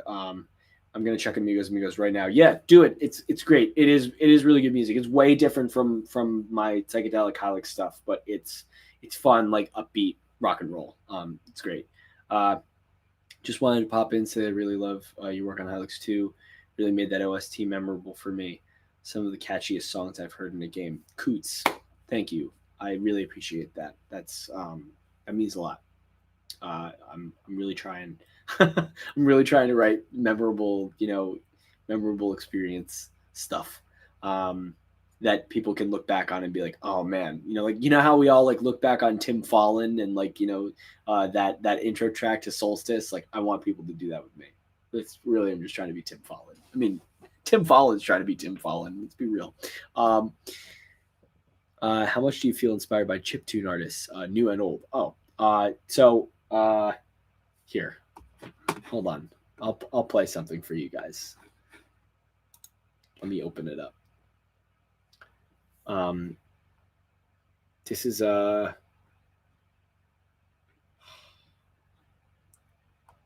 right. You're hearing a little snippet. This is new. This is from the latest project. Oh, hold on. I gotta pause it. I gotta plug this in. Plug this bad boy in. Can you guys still hear me? Yes, no, maybe. Let me know if you can still hear. Because I just unplugged and plugged in to this thing. Oh. You can still hear? Okay, check this out. Wait, hold on. It's like doing something weird. There we go. Okay. All right, ready? Here we go.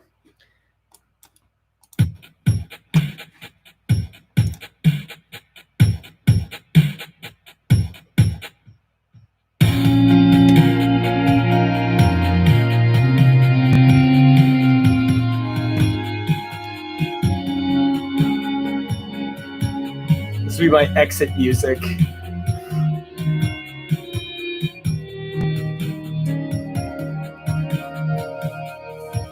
Amigos didn't always have brass.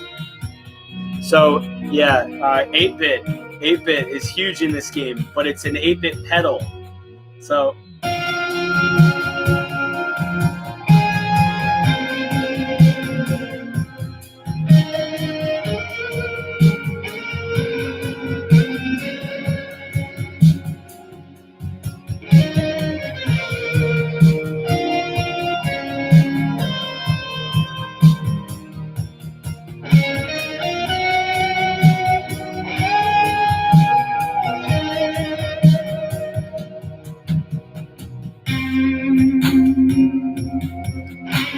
real crunchy. I love how like this whole time like my sword and my fucking bow is just back here. It's just like weapons are just back here. Like that. I mean, my sword is bullshit, but like I do archery. Yes, good. Definitely Risk of Rain vibes. Intentional, you know.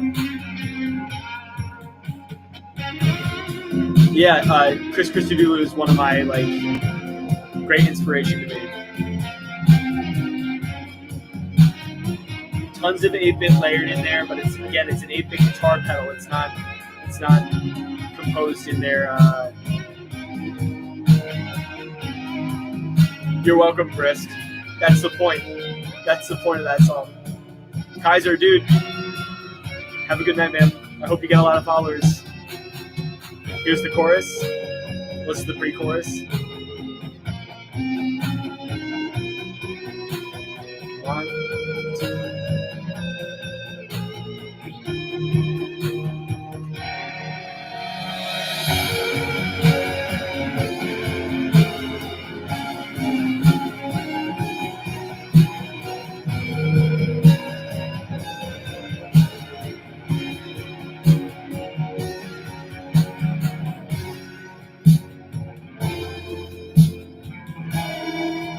Here's that drum loop beginning.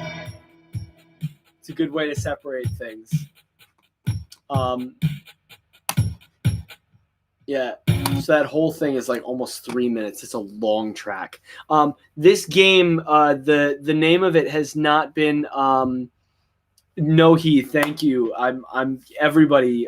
Crazy Gojira, dude. I'm stoked that you're in here, man. The name of the project, the official name of the project has not been released, but the code name is Sloptown. It's intentional. We're just trying to keep things like, you know, we're leaking things incrementally, but the name of the game will be released soon. So I'm glad that I was able to also fit some new stuff in there.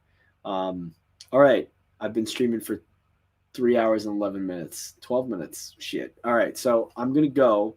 Thank you all so much. He said Hylics 2 is in mono, and I was so surprised because I have everything set to mono. Yeah. I only record in mono. It's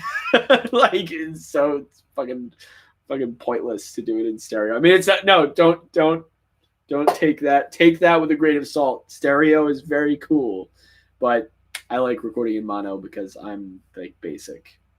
It's, you know. All right, everybody, thank you so much. This concludes the Xeno Arcadia stream. I will probably be back in as early as next week or 2 weeks from now. I want to give this some time to be out on in the ether, so people can have time to learn. Yeah. And just, if anyone has any questions, hit me up. I'm always around. Social media, you know, hit me up. I'm here. You're welcome. Everyone is very welcome. I enjoy doing this, even though I'm talking by myself. I feel like I'm talking in a room full of people that are listening intently and actively engaged. I appreciate it. I appreciate you all so much. Okay. I'll see you all in the next stream. Be good. Be good to yourselves. Be good to each other.